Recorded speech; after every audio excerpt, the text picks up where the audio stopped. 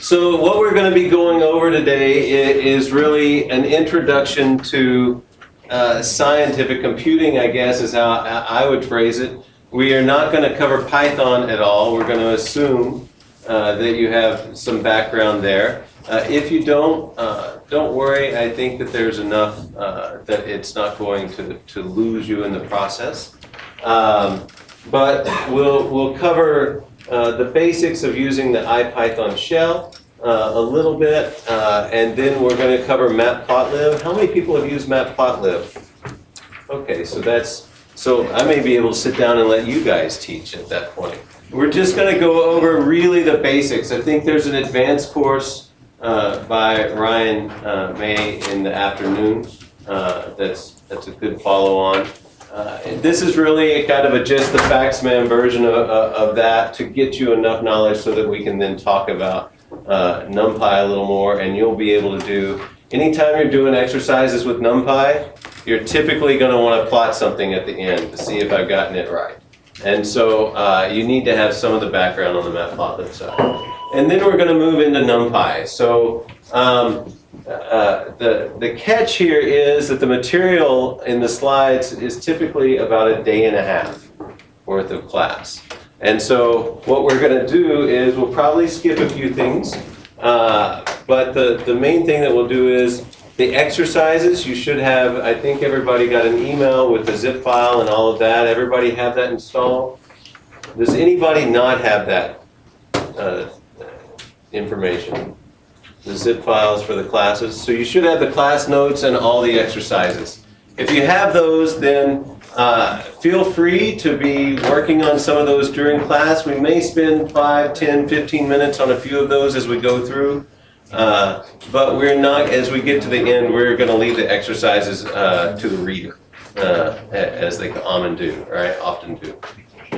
All right. So given that, let me start up here. How do I go to view? There it is. Anyone else who needs help with the zip file? Everybody good? Okay, also everybody, I'm assuming, has an IPython shell installed, your favorite editor installed, and knows how to navigate a file system. Those are probably the pieces there. Uh-oh, I don't want this playing.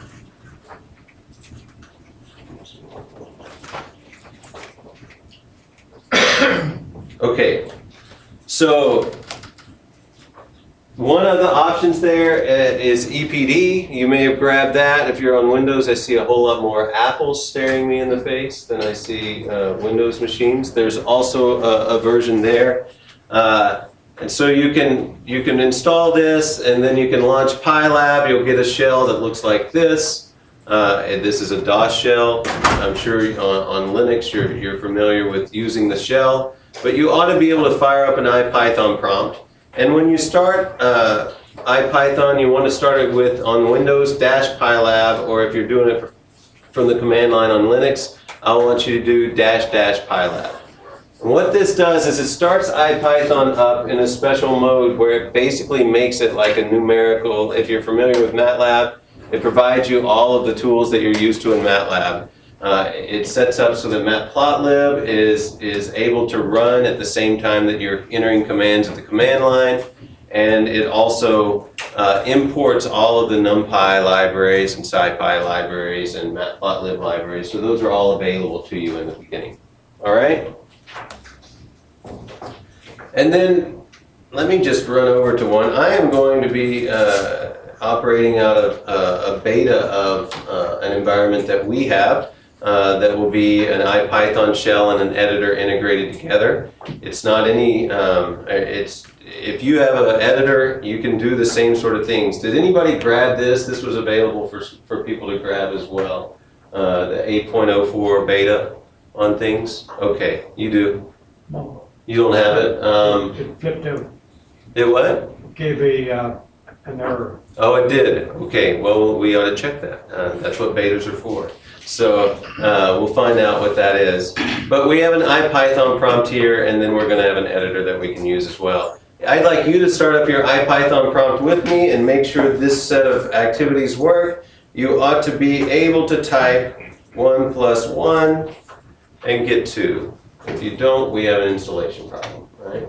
So that should work. All right, you can say A is equal to 1, and you can say A + 1.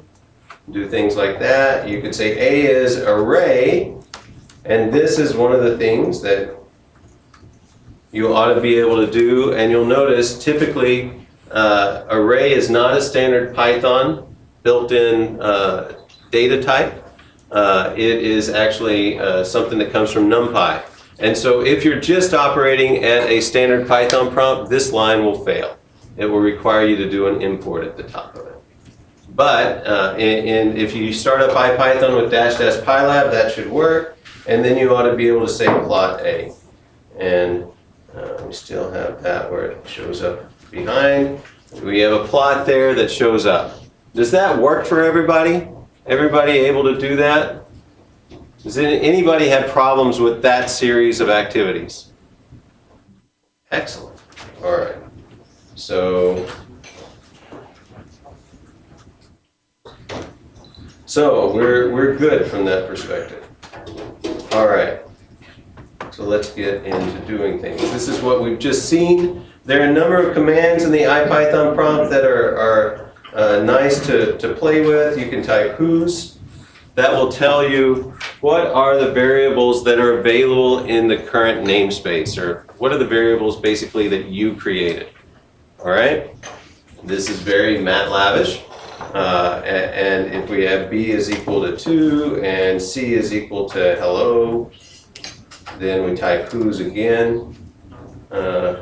Interesting, we didn't get a C. So there's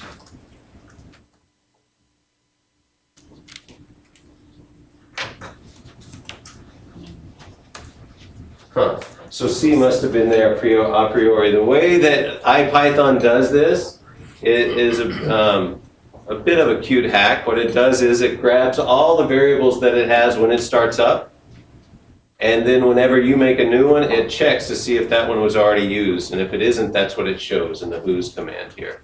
And so C must have already been defined, and so it's being pulled out. Typically, though, this will give you the variables that you need to see. You can also use reset, and you'll notice I'm using, typically these are called IPython magic commands. I can type %whos. I can also just type whos. There's a difference between IPython commands and standard Python functions. And so if you want to run an IPython command, you have to type the % in front. So that gives us the whos. The exception to that is IPython will first, if you don't put the % in front of it, it will check to see if you have a variable named that. If it is, that's what it gives you back. If it doesn't, it'll check and see if there's a magic command that's available, and it runs that. So there's the %whos, and then you can do %reset, and that should, you'll see it gives you a command down here that says, do you want to delete all your variables? And if you say yes to that, now when you say %whos, there's nothing there. So this will reset your namespace. This isn't that powerful. I mean, all it's doing is setting back your variables. It's not like it's restarting IPython and clearing out all of the imports that you've made, all of the variables that you've made. Are you good? Okay. So are all of the imports, it's not like a reset of the entire system. All it does is it clears out any of the variables that you created at the command line. So it's not a complete reset of the system. Just be aware of that. If you do a reset and you still have something wonky going on, you may need to restart the entire Python session that you're in. And we can do that here with this tool. There is a way to just restart the kernel, and then you go back to a clean kernel on that. You did not kill me, no.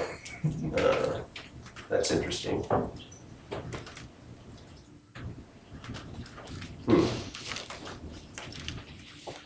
Okay, so it did do it, it just didn't reset the number. So That will restart your kernel. If you're at the command line, you're just going to want to kill your Python prompt and then restart your Python prompt on things. All right? Let's see. Seeding around, this is a nice feature. If I do an ls, how many people are familiar with Unix commands? God bless you. So that's not always the case. So if you're familiar with Unix commands, now you have, in the IPython prompt, you have this combination of capabilities where many of the standard commands for navigating your file system are available to you. So you can do ls, you can do cd to class temp, and that puts me in this directory here where Zach's picture was. We have this set of exercises. This is the set of exercises, by the way, that you guys have on your file system that I gave you. And the other thing here is if you just type a part of it and then hit tab, it's going to do the tab completion for you. So you can cd down into that directory. And there's a really nice feature here. I'm going to go into NumPy. And here are a set of examples. There's a really nice feature in IPython called bookmarks. And I can say, I want to bookmark this directory as extra. And now I can go all the way back up to my top of my directory tree, and if I say cd to extra, then it takes me right back to that directory. This is one of my favorite features when I'm doing kind of data analysis and that sort of thing in IPython. You can go, you'll have some directory tree with files all over the place, one experiment over here, another experiment over here. It's easy to just change directories down into one and then bookmark that. Go back up into the next one, bookmark that, and now you can go back and forth between these really easily. I'll typically bookmark my temp directory and a whole lot of other places. And if you want to see what bookmarks are available, you can use this bookmark-L that will list them out. And you also have just general help that's available. If you want to find out all the commands that you can use with bookmark, then the IPython question mark is always your friend. That will give you the help message and be able to print out all the bookmarks that are available for you. Okay? All right. So you ought to be able to list out a directory here. We don't have the speed of light in this demo. Let me just come over here. Let's go to calc derivative.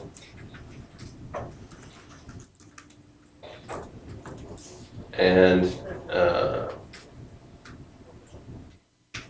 here we can say, you'll be able to, I think you can use the magic edit command as well. On Linux, that will bring up a Vim editor if you want one, or whatever the default editor is in your system.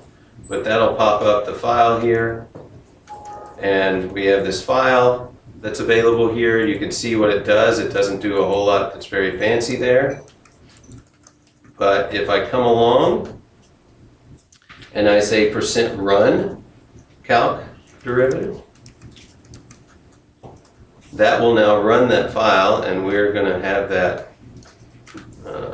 Did we not have an image show up? Well, it should have. I thought we had a.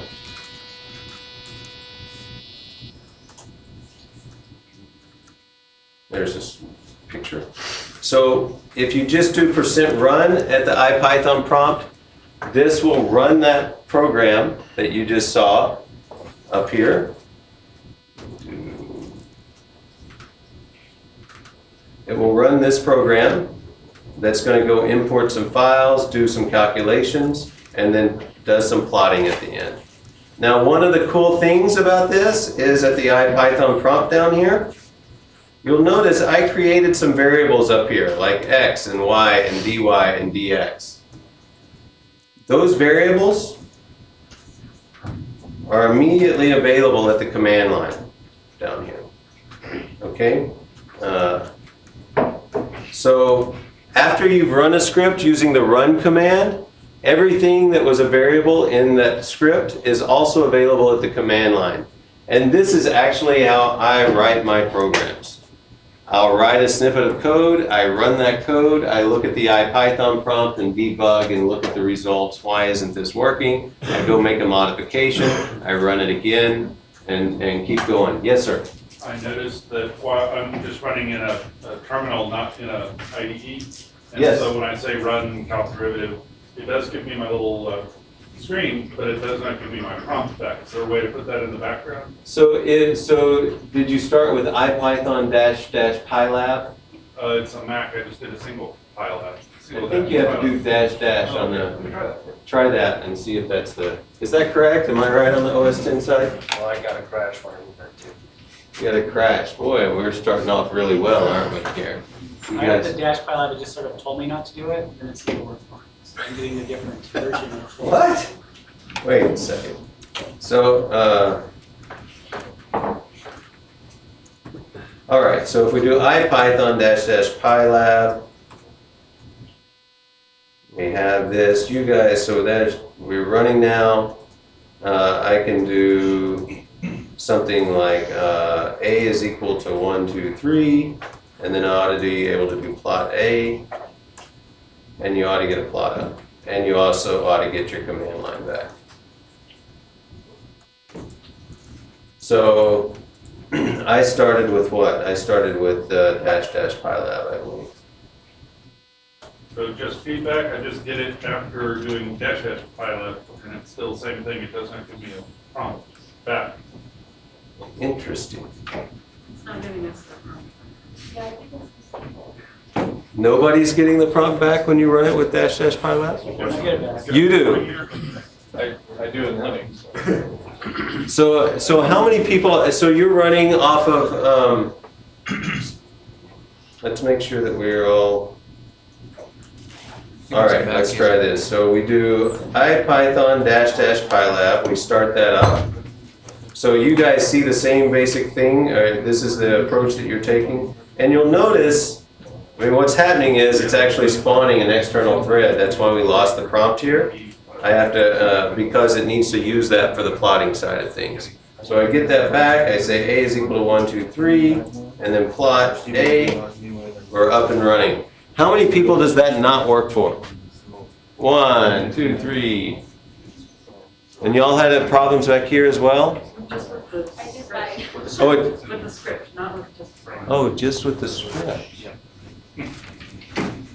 Okay.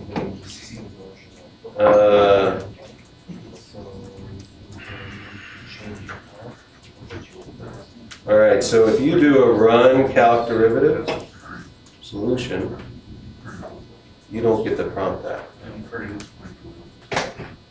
Okay. So everybody's able to do it if you just throw up a plot, but you're not able to do it if you run the script. What's that? It works with the script. Now, yeah, so this is the Heisenbugs, right? On things. It's completely different for everybody. Well, maybe at a break we can look at that and check that out for you guys. I have different question. Sure. You say when you run the code and then at the prompt you get all the value of the Yes. value. How about if you also code another piece of code and then that code returns to this code and will all the variables available or just the main code? It's just what was in the global namespace in this, so whatever variables are named at the top level in this script. Or in the under main. I mean, like, so there's a, so basically if it's in another function, That's the. yes, I mean, they're put on the stack and then popped off the stack and they're gone. Good, yeah. All right, other questions? Yes, sir. So should I expect run to behave more or less like a sourcing a script file in Unix, or is there any import magic, Python style that happens when I run something with the magic? Yeah, good question. So, no, there's nothing magic that happens on imports. In fact, this often creates headaches for people that are learning because you're used to having this, comfortable armchair of an environment called IPython, and array and plot and all of these methods are all available to you. As soon as you go and write a script, if you type just array in there, you're going to get a name error. You have to say at the top from NumPy import array. So in fact, it's explicitly not doing any import magic there. The way to think about it is it's like you clear out the Python, the global namespace, or IPython does. It runs your script, and any of those variables that are created there are then available at the IPython prompt, but nothing special happens at the beginning. But the part where you said it clears out my global namespace, that's part of when I type run, I'm gonna lose. You don't lose any, it's like it gives it its own little bubble of an environment. It runs it there, and then any variable there it brings back and just updates the local dictionary. So it's when the script that's running is not going to have access to anything that was in my global namespace when I ran. You're exactly right, unless you do, let's do this, print A. And let me save that very impressive example, test 2.5. So if I run this and I cd to, so I have, where did I save that?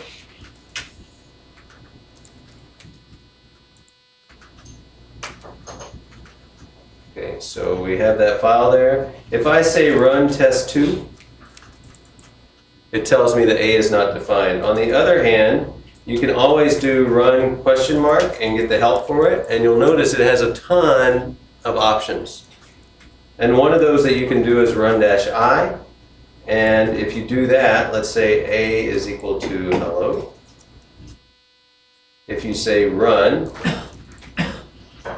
and what was that, test 2? Of course, that doesn't work. I need the -I. And if you put the -I, what that says is run this inside of my current namespace. So in fact, a use case that I'll often do is at the beginning of a script, I might be creating a large data set. And I will do that. I'll run my script, and that takes like 20 seconds or whatever to do whatever it's doing. And then I have some plotting algorithms that I'm trying to get to work. I'll run that script the first time. And then whatever that data was is now available at my Python prompt. I'll go and comment out those lines while I'm working on my plot or whatever, and then I'll switch over to using run -I. So the first time I created this 20 seconds worth of data, and then the other times I don't have to go back and create it again. So it's just a handy approach to take on that. Yes, sir? How do you set environmental variables if I want to set my editor? Set my Python. Is there a way to do, I have never done this, but if we look at edit question mark. Yeah, there may be a way through %edit. There's also something called a Python RC file that's in, if you go to your home directory, there will be a .ipython directory, just like there's a bash RC and that sort of thing. And one of the things in there, you can scan down and it's fairly readable. And if you find, there will be an editor command and you can set that to Vim or Emacs or whatever. Cool? Yeah. What's the name of the experimental code editor you're running again? It's called EPD8. It's the next version of EPD. Okay. So there ought to be, can you find a link for that so that if somebody wants to run it, we'll make sure we have it. Okay. What else? You good? Okay. All right. Just a few other commands. I think we've seen most of these already. Print working directory will print out the current directory. We've run speed of light, or in our case, we ran calc derivative solution. Again, I really like the tab completion. You just type out as much as you need, hit tab, it will complete. You just have to be kind of to the point where it's unique. And if, in this case, we see at the if you hit tab, it's going to show you all the files that are available with that name. And until you get as specific as you, specific enough to be where it won't get, there's no ambiguity, it won't actually complete it perfectly. All right.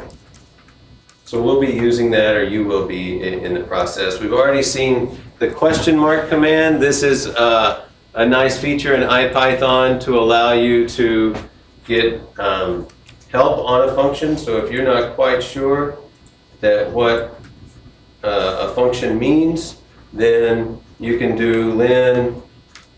And you're going to get help. Now, there's squeeze ? Don't know why that's not there. Squeeze ? And it will start printing out, you know, the help for that. And this is just the doc string of the file. And if you put 2 ? That means I really, really need help, right? So if you do that, it will actually give you the source code. Okay, this is really a nice feature on things to grab the source code on something you're not quite sure how it's working. You have some routine, it's not working out exactly how you think it should. It's a cool feature. Just go grab that function, do the ? You can see exactly what the code is that's executing. This only works on Python functions. You'll notice if I try to do this on len, it doesn't do any more than just print out the doc string. And what it should have said, does it say? It doesn't say there. Typically it will say, I couldn't find the source file. The reason that it can't on len is a C function defined in the bowels of the Python source code. And it can't go and find that C code for you. The only thing it can print out is the Python code. So it will only work for standard Python functions. All right?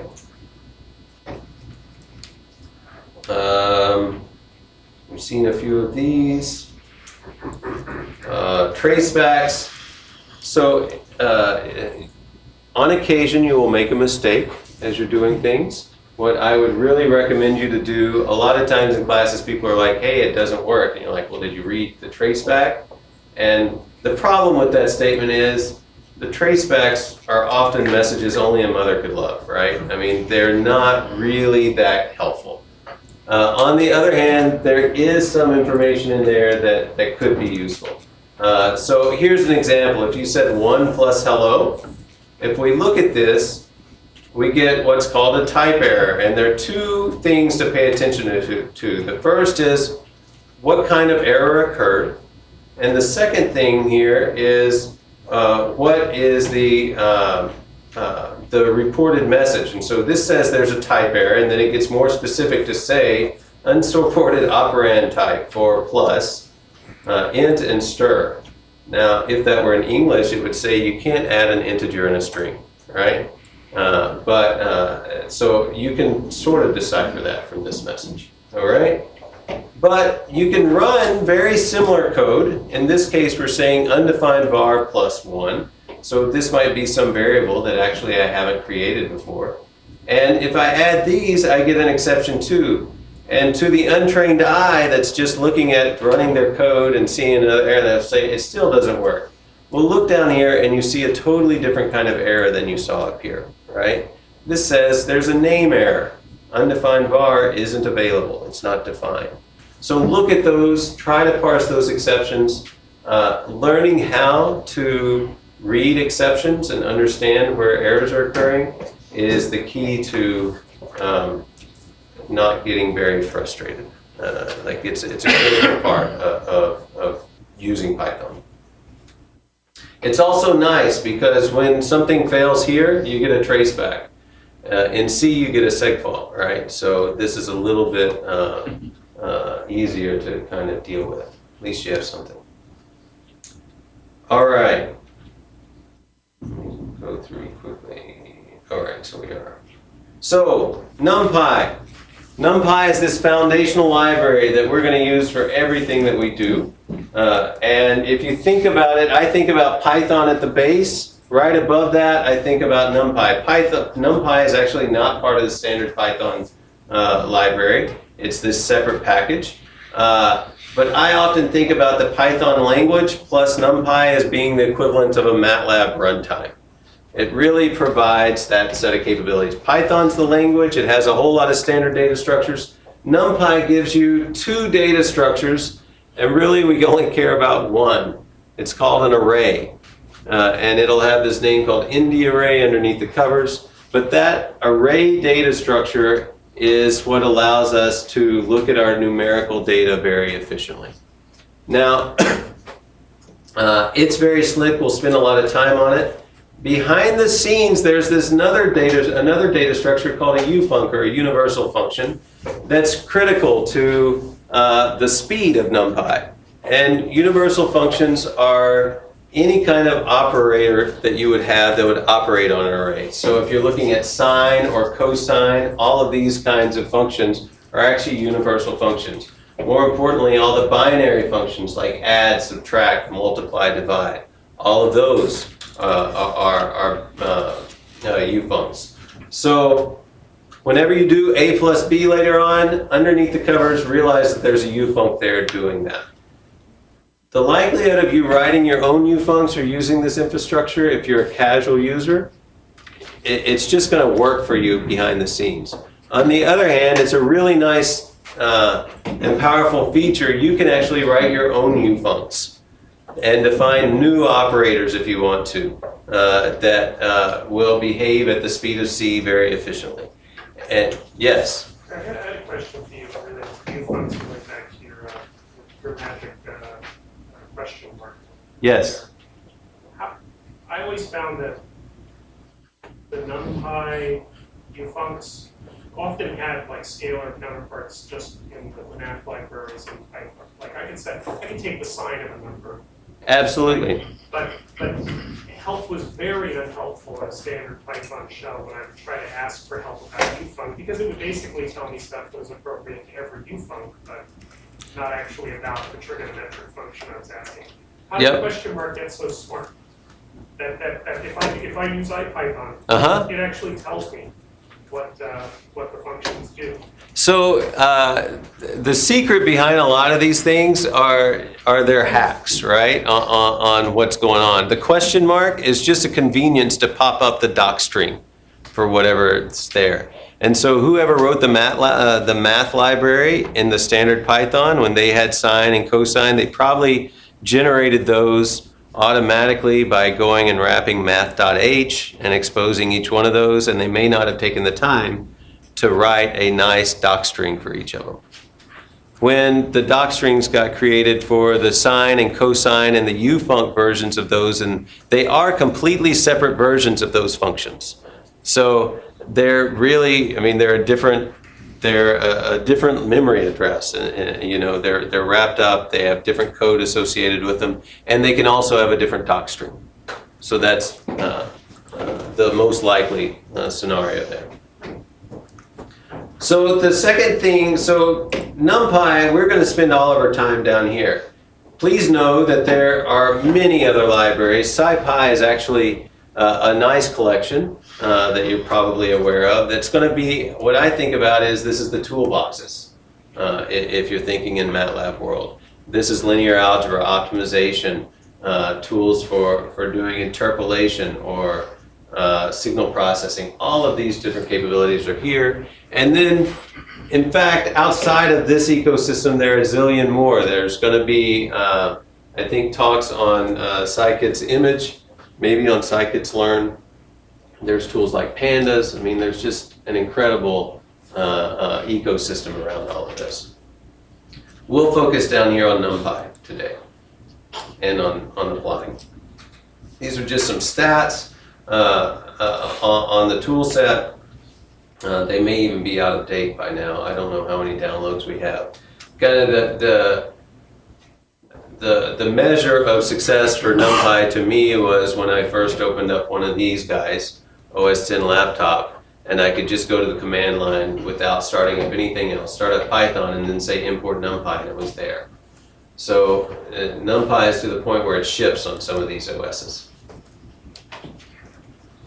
Now, if you know exactly what function, like you know, hey, sine's got to be a function in here, I can do sine question mark and get help on it.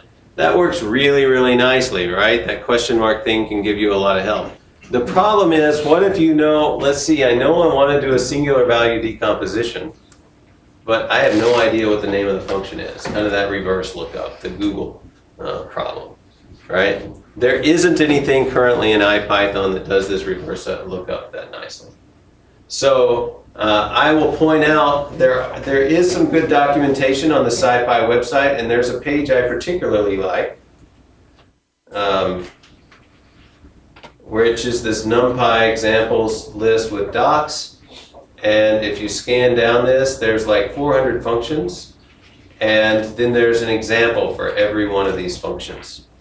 And the thing that I like about it is it's all on a single page, so it takes a bit of time to load. But if you are looking for singular value decomposition, I hope you can just use singular, and somewhere down here we're going to get to a singular value decomposition, hopefully. Well, there's too many of them. There you go, singular values. Oh. No. Well, this is going to use up the whole, there it was, singular value decomposition, SVD.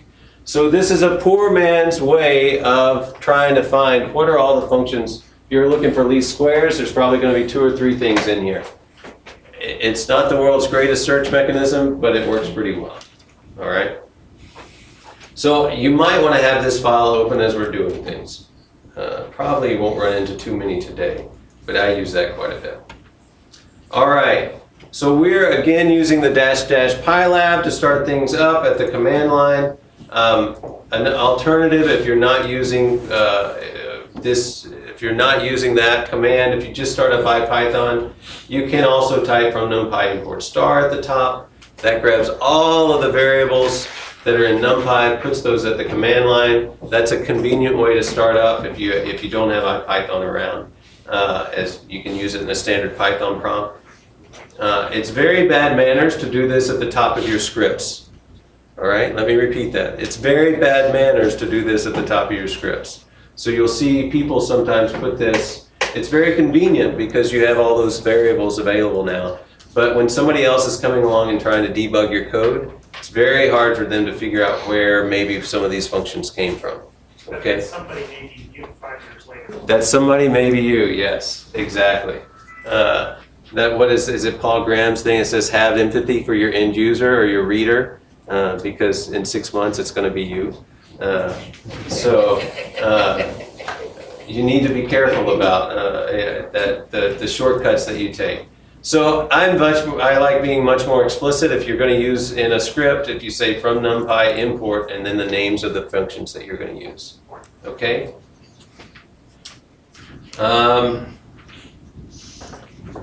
So let's just look at how arrays work.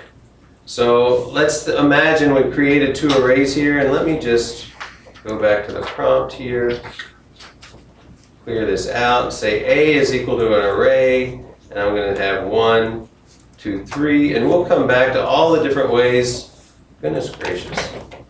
Can I do %pylab to have all of this? That will reset your namespace as well to making sure all the variables are there. So I have 2 arrays here, A and B.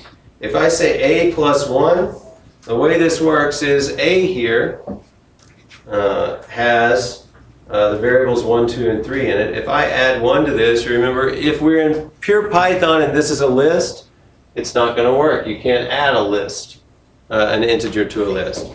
But in NumPy, when you do this, this is the same as adding 1 to every element in this array. 1 plus 1 is 2, 2 plus 1 is 3, and 3 plus 1 is 4. It's basically an implicit loop. You're looping over that array and adding that scalar, the value 1, to each element in that array. All right? If I do A plus B, again, if we were in Python and these were lists, this would be a concatenation operation. But in NumPy, this does an element by element addition. 1 plus 2 is our 3, 2 plus 3 is 5, and 3 plus 4 is 7. So this is the equivalent, if you come from MATLAB land, of a dot plus or a dot times. dot plus operation. It's going to be element by element. This is very different than, Python is going to do this on everything that you do. Every operation you do is always going to be element by element, unless you explicitly try to cast something to a matrix. So you're never going to end up with an A times B and end up with a matrix multiply or something like that. If you have 2D arrays, they're always going to be element by element operations on them. Okay? You can also do things like A star star B. Anybody, what does star star mean? To the power of, exactly. That means you're a Fortran programmer if you know this, right? Or you've used Python. Those are the places that you see this. So A star star B is going to take every element in A and raise it to the power of every element of B. And so this is, again, element by element. It's not like a Cartesian operation where it does an outer operation on these or anything like that. We're going to raise 1 to the second power, which is 1, 2 to the third power, which is 8, 3 to the fourth power, 81, and 4 to the fifth power, which is 1024. Question? Yes? I noticed there's a slightly different syntax that you're using to define the arrays A and B. You use the inner brackets in your other screen, and the soft brackets in the previous screen. You're using the hard brackets in this particular example. Yes. Is there a reason for that? So the deal is that array is actually a function. It's actually a casting operation.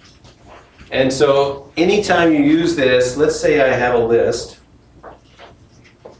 If I say array A, that converts that to a list, or to an array, excuse me. If I have B is equal to,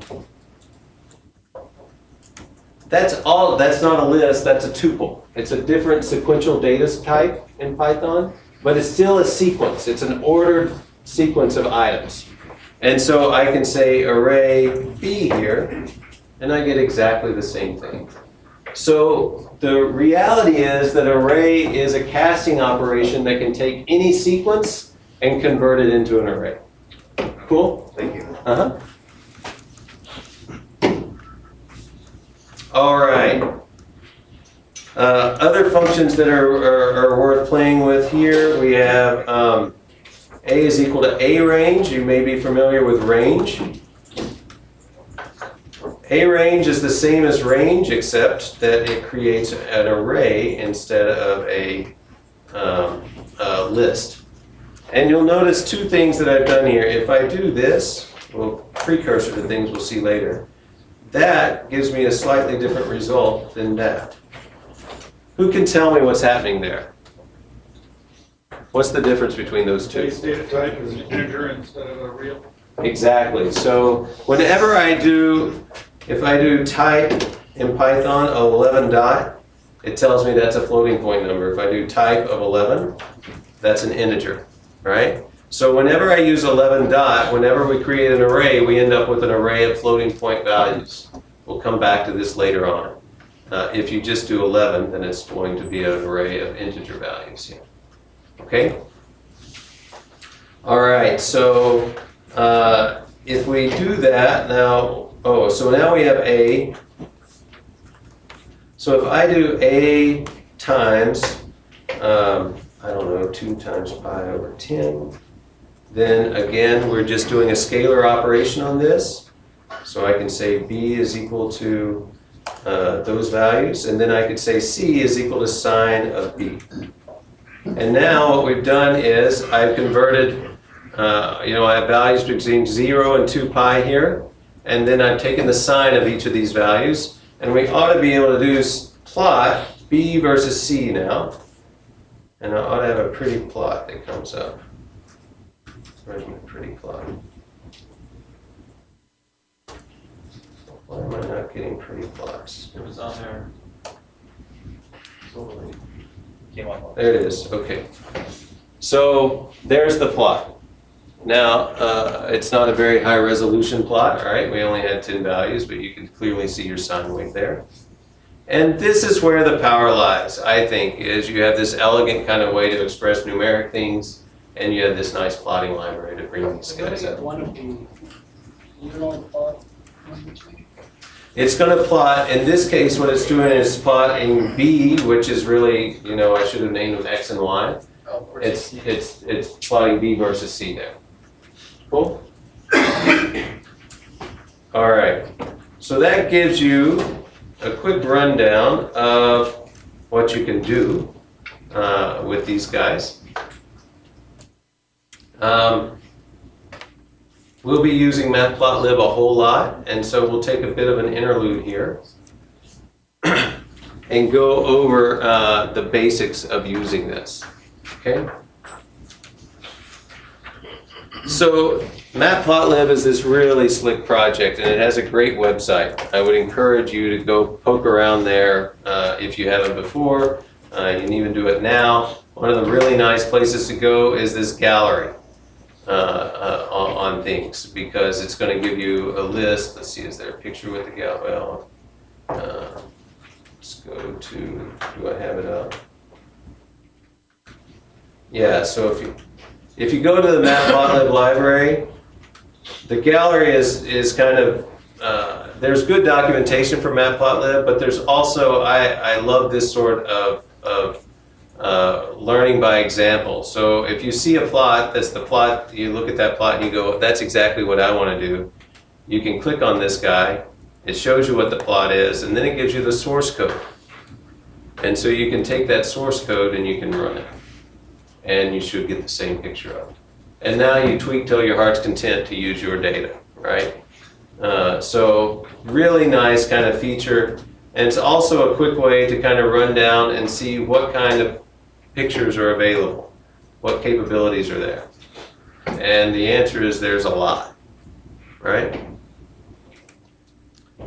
So the website's nice. There's also some good documentation there. We're just going to run through some functions fairly quickly here to give you a sense of how you would do different things.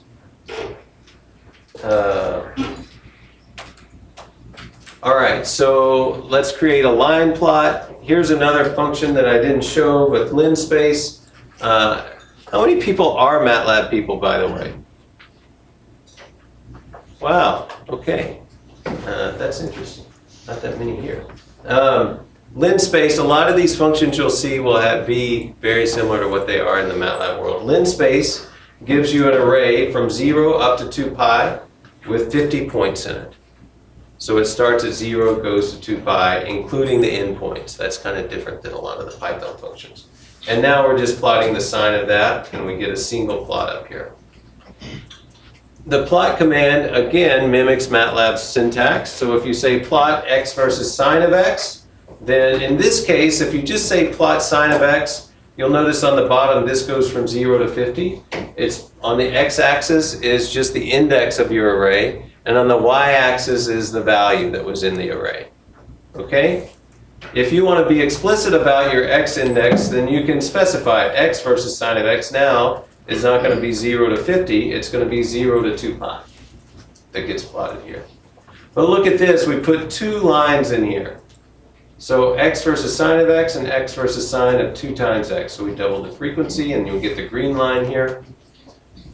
The deal there is the plot function is this uber function that tries to interpret what your intent is. And you can do a whole lot of things here. As long as you're putting pairs, x versus y, x versus y, x versus y, it will add all of those lines to the screen. Okay? The other thing you can do with this, let me go over here and I'll come back to that, is you can add a formatting string. So you can say, I want to plot x versus sine of x, and clearly this means I want you to make a red line with triangles on it, right? Obviously. It's not so obvious, but that's what it means. And if you're an object-oriented programmer, you kind of just shake your head on this stuff, right? But the reality is, this is super powerful. Like, there's so many times where I don't want to create a plot object and then go set the color and set the line type and all of these things. This is a really quick way to set up a whole lot of features, and it turns out to be a major part of what you need to do.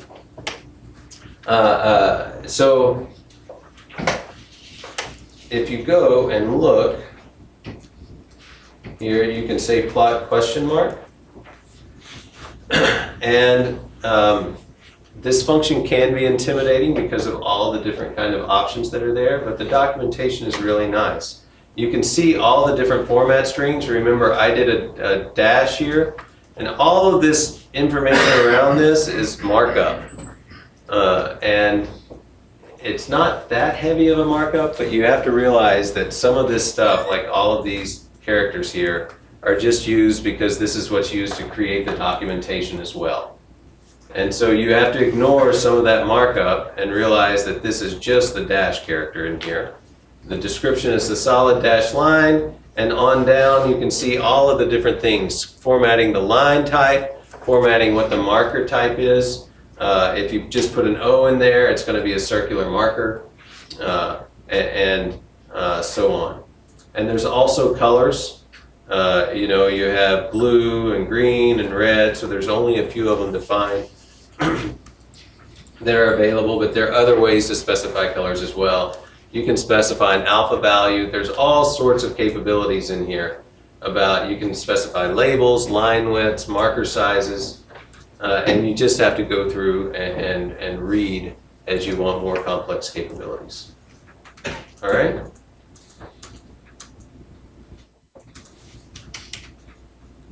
So that's the plot command. When you create a plot, at the bottom you're going to have a few little doodads that you can press on, and they'll allow you to do various things. So let's just create our plot.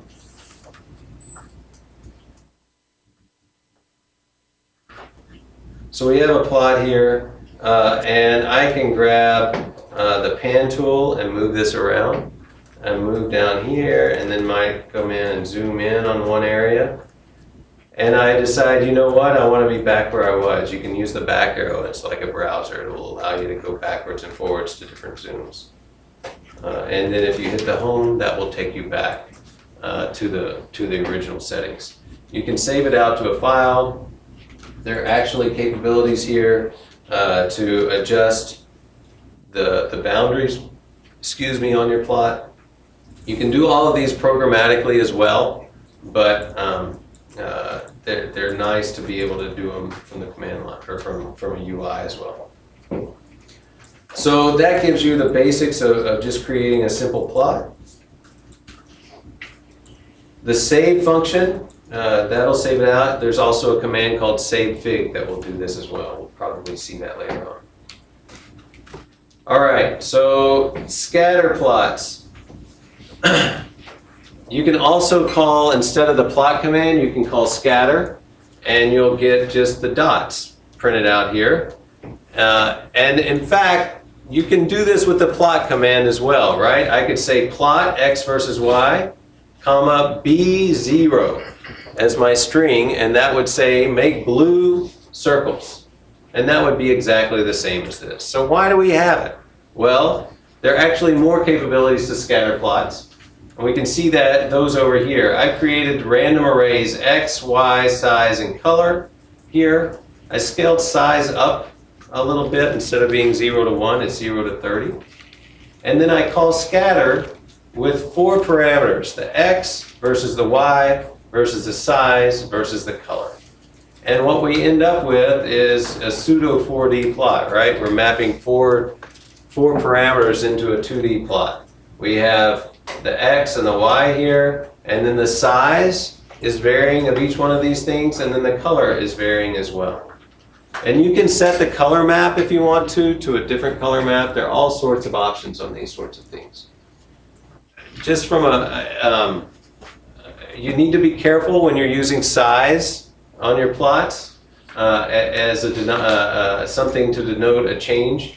Because when you change size of a circle, you're changing actually the area, which is squared, and so you can have kind of skewed views of what your data is actually saying to you visually through that. But color always works fairly well. So just be aware of what you can tell people maybe incorrectly by changing the size on your plot values. multiple figures. You want to set this up. You just want to have two plots up at the same time. The way you can do that, you have your data here, and now I can call the figure command, creates a new figure, and now this is like a state machine. As soon as I've created that figure, if I do any plot, it's going to happen in that figure that's the current active figure. Okay? So we created our figure, we say plot X, which is the sine wave, and then we say figure again, that creates a new empty figure, and we plot that, and we're going to get the Y value there. So again, we come in, and I can say figure, and you don't even have to save the figure out. You can say plot 1, 2, 3, and we should have, let me go and kill figures actually here so that let me do, was the wrong one to pick up. I'm hitting the up arrow, by the way, is how this is, I'm cycling through my old variables so I don't have to type them every time. So if I just type figure, I get a blank figure up. If I say plot, I fill that with a plot, create a new figure, then we get a new figure up, plot, I don't know, 4, and that ought to have a kink in it now. So now we have two figures in place, one behind the other. Sometimes you want to do that. Sometimes you want to put them on the same plot. And there are multiple ways of doing this. We've already seen overlaying them. If you just call plot and then plot again and then plot again, it's just going to accrete those plots onto the same one. They're just going to overlay each other one after the other. However, there's another way of doing this. We can say subplot, and I want to have 2 rows. I want to have 1 column, and I want to have the first one as the active plot. That's what this subplot command means. So subplot is making a grid. It's how many rows do I have, how many columns do I have. This can be 2 by 2 or 2 by 3 or whatever you want. And now we've activated the first one. Any plot command that I run is going to display in this upper plot. And as long as I'm on that plot, it's going to build up and add new plots to that guy. All right?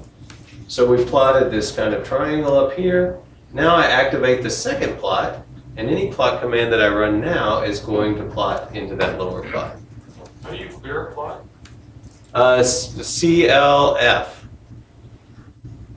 And it has to be open close. It's a function call. That stands for clear figure. On things. Okay? So this is really handy if you're trying to build up maybe 2 plots on the top and 1 on the bottom, that sort of thing. Multiple plots, we've already seen this. They just get added to this plot. If you want to turn this off, then you can use this hold command. So by default, hold is on. The values that you put into the plot are held there until you put in, while you put in new ones. If you call hold as false, now you've kind of changed the state machine. It's in a state where it's not going to hold the old values. Every time you put a new plot in, it's going to overwrite the old one. All right? So you'll never, once hold is set false, every plot you make is going to replace the old one. It's not going to overlay it. So that's a nice feature if you're doing things, if you want that feature. Labels. Labels are really nice if you're trying to make something that you want to have a legend on. You can sit here and say, I want to plot sine of x. Because we have keyword arguments in Python, you have this nice ability to say, I want my label to be sine and label to be cosine, and then you can call legend, and up they pop.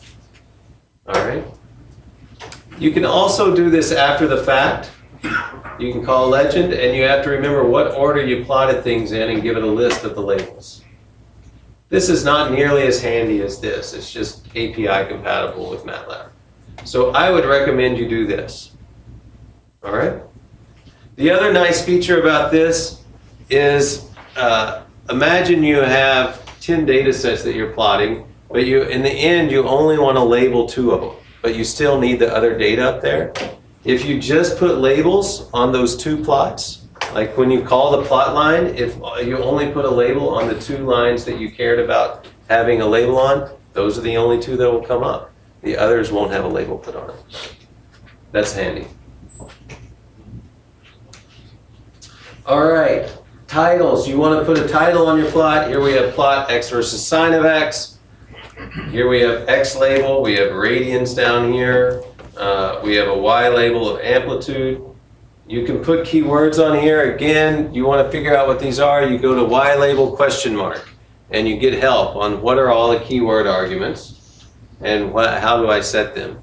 And when you set the font size, you can't put like 10 point or 12 point or anything like this. It's going to be kind of a fuzzy value, like small, medium, large, because it's actually going to do this in comparison to other font values in the system. I sort of wish you could do the 10, 12, 14 point, but it doesn't work, right? You have to use these. So you have to go and look. And I think there's tiny, small, medium, large, extra large. I mean, you just have to go and see what they are. And then you can also put a title on the top of the plot. Enabling, if you call the grid command, you get a display of your grid down here. And we had the question, how do I clear a figure? If you create a plot and then you want to clear the figure out, you call CLF. All of those values are gone. If you have a window and instead of clearing, you want to actually get rid of the window, you can call close. That will close the active plot window. If you have 5 plot windows and you call close, it's going to close whichever one is the active plot or the one that you interacted with last. Okay? If you want to close all of them, and I do this sometimes, I'll have a script that I'll run and it will generate 30 plots because it'll go through and step through some values and I'll kind of just pan through those things. And it's kind of painful to have to go and click through all to close them all. So you can use the close and then give it this string all, and all of them will disappear. That kills everything. Image display. We've grabbed the Lena image out of SciPy here, and we're going to display it here, and the function for doing that is called IMShow. So we can put up this image, we can have a number of keyword variables. Extent is a nice one. By default, if the image is 256 by 256, then if you look on these bounds, it's going to be 0 to 255, 0 to 255, right? But if you know that this image has different endpoints, then you can specify these as xmin, xmax, ymin, ymax. And that's what these are going to get labeled as. All right? So now it's on the right scale. And then you can switch out the color maps, and there's a whole host of color maps available to you. And the place to find those is in the CM module. You can see all sorts of color maps here available to you to use. The bone, copper, jet, all of those different ones are available. It's pretty much, again, mimics a lot of the ones that are available in MATLAB. Then you can call color bar here, and that's going to display what the actual scale of your data is on the right-hand side.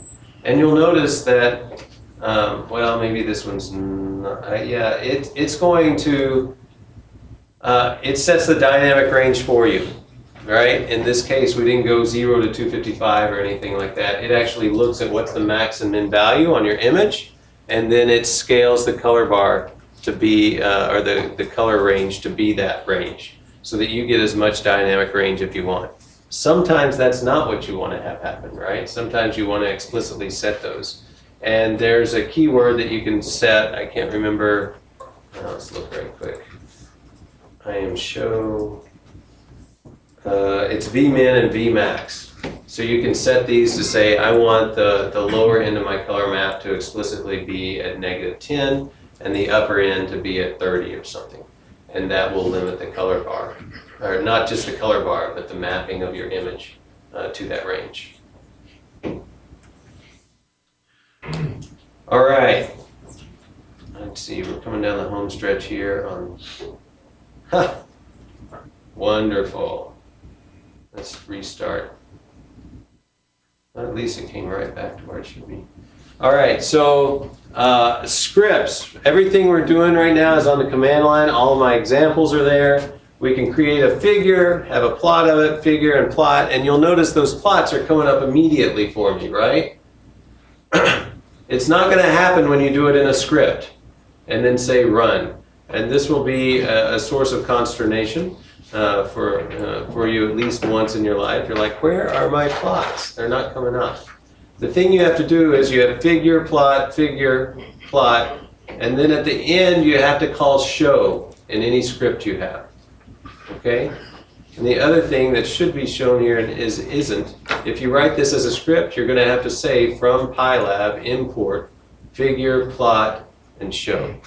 Right? Because they're not available in the script automatically. You have to be explicit inside of your scripts to make sure that you've imported those values. All right? Without the show, the reason that MATLAB or Matplotlib does this is instead of always updating those plots in real time, which can be really slow, it waits and gives you the chance to say, okay, I'm ready to see those plots now. And that will make it where your scripts run much more quickly. There is a way to turn interactive to true. There's a function method called interactive. And if you call that, or a function called interactive, you can say interactive true, and now your plots will come up live. Did you have a question? It was about the interactive mode, and you wanted to show kind of an iterative progress. Yeah. Is it more efficient to use interactive, or is it better to call show explicitly? What I've noticed is this is one of the areas where Matplotlib will sometimes get confused on things, or what the internals don't do what you might expect it to do at the top level. So whenever you want a plot to show up, it's nice to put show. It'll force it to bring that up. All right? Yes, sir. Just on that, because that overwrite, every time you call show, it overwrites, it creates a new problem. You can only call show once. Is that, you can't do it in the loop? I don't think so. I think you can only call it once. How do you do no, you can call it, if you want to do an update on a plot. I don't think you can call it more than once. I could be wrong, but I read it today. Yeah, this is one of the areas where it gets a little tricky on things. But you can have a plot that's updating live. And you might ask Ryan May what the latest way of doing that is. I think I've used show multiple times when I've done it in the past. Anybody else have knowledge on that specific issue? No? Okay. We'll check it. We'll do an example here in just a minute. All right. Histograms. The histogram is a really nice function in that it both does the histogramming of your data and it displays it. Here we're creating a random normal distribution of 1,000 values and calling hist on it, and that will give you your pretty histogram here. You can give it 30 as a second argument, and that's just saying give me more bins. I like this function a lot because it's quick to get just a view up. The thing that I've noticed about hist is if you do it it'll work on 2D and 3D data as well. If you give it a big image, it kind of chugs for a long, long time. And so, an unnecessarily long time, and I'm not sure what's going on there. But there's the SciPy stats module, and that has tools for doing your own binning. And so, it's not quite as convenient. You're going to have to take 3 lines or so to do your own histogram. But those will work. It's very efficient. It works on a high number of data points. So, if this turns out to be slow, go look at the SciPy stats module. There's also 3D visualization. I have not used this as much in the Matplotlib side, but it has some gorgeous plots that you can put out now. In this case, we create a figure. We're calling a method called GCA, which is get current axis, and we're telling it to make it a 3D projection. And now we have this axis. You can call different 3D methods on this axis object. In this case, we're saying plot this surface with different values, and we get this kind of bat display here for the data that we had. There are other kinds of plots that you can do. If you do plot surface, it gives you a plot like this. If you say plot, it just gives you a line plot in the 3D space.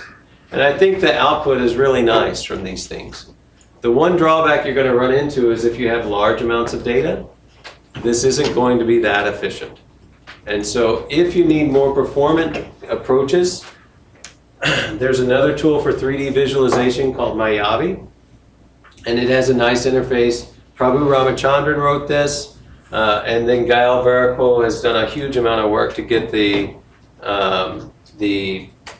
kind of command line version of these methods to work really nice. And so you can import from Mayavi, import MLab, mlab.surf, mlab.scalarbar, and this is using BTK to do all of this. I think out of the box, I like these plots better. They're prettier. But the power of this one is like an order of magnitude greater as far as the number of things it can do and also the speed at which it can do them. All right? All right, so more details over on the Matplotlib page.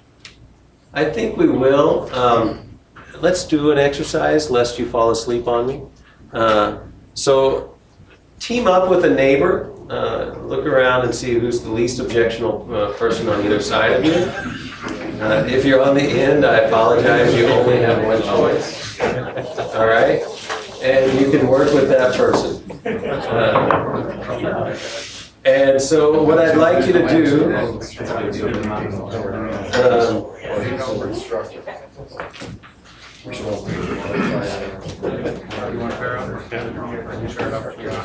so what I'd like you to do is, you should have that directory available. And I'd like you to go into exercises here, and then CD into NumPy.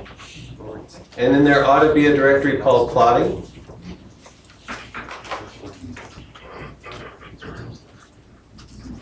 And it has these these files in it. And so you can just open, if I say edit, in this case, plotting.py. Then I get my plotting file up here. And you'll notice that there is a big document string at the top. And this is basically your task. This is what you're supposed to be attempting to do here. Which directory are you in? I am in exercises NumPy plotting. We have a student folder first. Oh, you have, okay, yeah, and so instead of class temp, you'll have student exercises NumPy, is that it? Cool. Everybody able to get there? Was the link ever found for EPD? Do you have the, you have it? If you go to the regular EPD webpage, there is a link there. Okay.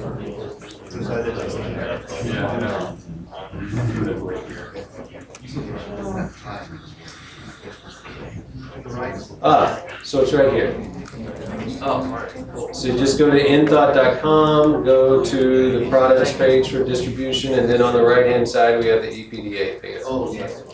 Cool? Looked really cool. Yeah, it's getting there. So if you get this, the other thing you can do to change directories from this is if you want to go to that directory like plotting, you can just drag that down to the command line and it will CD to that directory for you. So either one of those will work. All right? So what we're going to do is try to create a plot.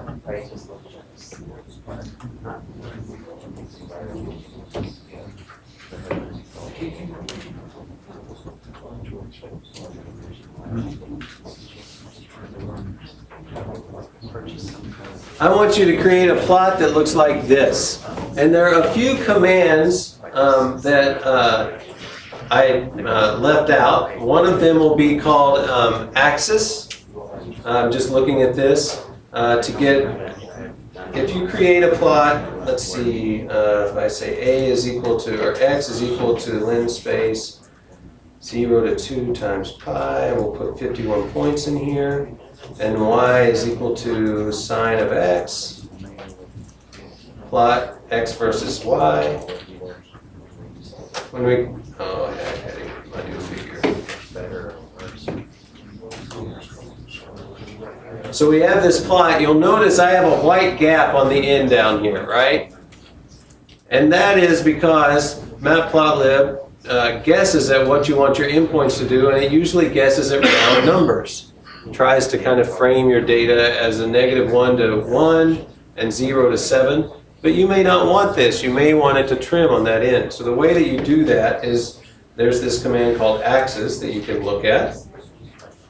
And it's going to, there are different versions, scale, type, auto, image. Image is going to make it where you get a square image to try to get the pixels the same size in X and Y. The tight one, if I do axis tight, now if I go back and look at my plot, it's fit right as tight around the data or around the plot as possible. Okay? Do you have explicit like in MATLAB where you say min max? Absolutely. So there's all sorts of, if you look at it, in fact, that's what it spit back out to me. But you can either give the string or the values. And I think there's even keyword arguments, so you can specify just one of them. Yeah. So the keyword arguments give you a lot of wins actually over a positional API. Okay? So what I'd like you to do is try to create that plot. And what we're going to do here is I'm going to leave this picture up. A lot of the commands are kind of given for you as far as at the beginning reading the data in. And what time is it up there? It's like 9:20. Let's take about, say, 12 minutes or so. It's a little past. Let's finish this at 9:35. And so we'll be working on this. And if you have questions, raise your hand and I'll come by and talk with you while we're working on it. Imports that are given for you, and that'll be a helpful thing as you go through other examples as well. We've gone ahead and we've read in the data. A few of you had problems with this. In general, everybody, it seemed like, had a pretty good installation in place. There were a few people that didn't have fill, the Python imaging library, and so they had to go grab that. But once that was done, easy install, worked like a snap, and that was very nice. You guys can't quite appreciate the difference in tutorials this year versus 6 years ago, where the first hour of the tutorial was always spent trying to get people's installations to work with all of the tools that you needed. So it's really nice to come in and it just works for most people. All right, so I've done a close all here to clear out everything that's not entirely necessary. But then make sure you start with a fresh plot. You could have also said figure. We do a subplot here, and we've set up that we want to have 2 by 2 activate the index 1 item. We want to have a plot here of the x versus the sine of x, and then x versus the cosine of x. And we're going to do the first with the blue line and the second with red plus marks. And here's the little piece that we didn't have in the slides, this axis tight. You can be explicit if you want to and give it an x min, x max, y min, y max to be totally explicit, but this will try to pull it down and make it where it fits around the data exactly. And then here we have our second subplot, 2 by 2 activate the second one. And we're going to plot x versus s, and we're going to get some grid lines, or we're going to get radians, amplitude, and sine, and then we've set up a grid line on this. And then the final one down here, we're going to set up a plot, activate the third plot, so that's the lower left-hand quadrant. It's 1, 2, 3, 4. We do the I am show, we set up the extents here to be -10 to 10, have a nice winter color map, and then tight layout, which is actually a new function. That one's new to me. We used to do an adjust. There's also a command called subplots adjust that will give you the right a better layout. Typically, before you call this, you're going to have overlap of your labels onto your other plot. Right? So if we do this, we'll save that. I'll run this. And down here, we just have the save fig, so this is writing this out to a file as well. And this is going to, you'll notice I save it out as a ping here. I think this will support JPEG. I think it will support SVG. Does it support EPS? Probably EPS. And if you just put that suffix on your file, it will pick the right one for you. So let's run that, switch over to that plot. And you'll notice we have this overlap here that we don't like. One way to fix it is just make your plot bigger. Right? So that'll work.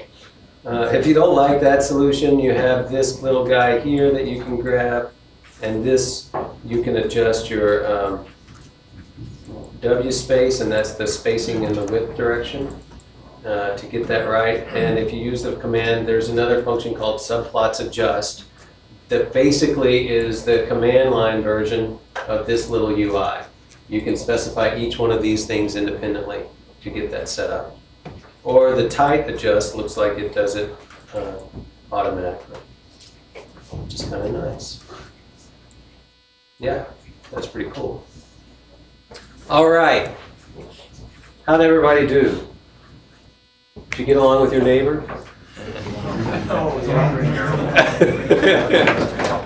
Well, we don't have any gin out there to get you over the hump of dealing with them, but maybe the coffee will work. So let's take, yes, do you have a question? I added a color bar that really screwed it up. Even with tight adjust, it screwed it up? So file, yeah, you might file a bug with Matplotlib or something on that. So, all right, let's be back at 10 o'clock. That'll give you 10 minutes to enjoy some cake and fruit, and we'll see you back there. If you have any questions, come grab me. Yeah, I'm very excited about what I just learned. Arthur just came up and said, oh, by the way, you know about the look for command. How many people know about the look for command? Well, I don't feel quite as silly now. This is one of the great things about classes. You have people come up and show you how you should be doing things, which is perfect. So the look for command is something that's now in NumPy, and you can type look for singular value, and that then searches through all of the NumPy functions and gives you back all the ones where singular value was a hit. So this is slick. And it only does NumPy functions? Arthur? I think so, yes. It looks that way because I would have thought it would have hit a whole bunch of SciPy.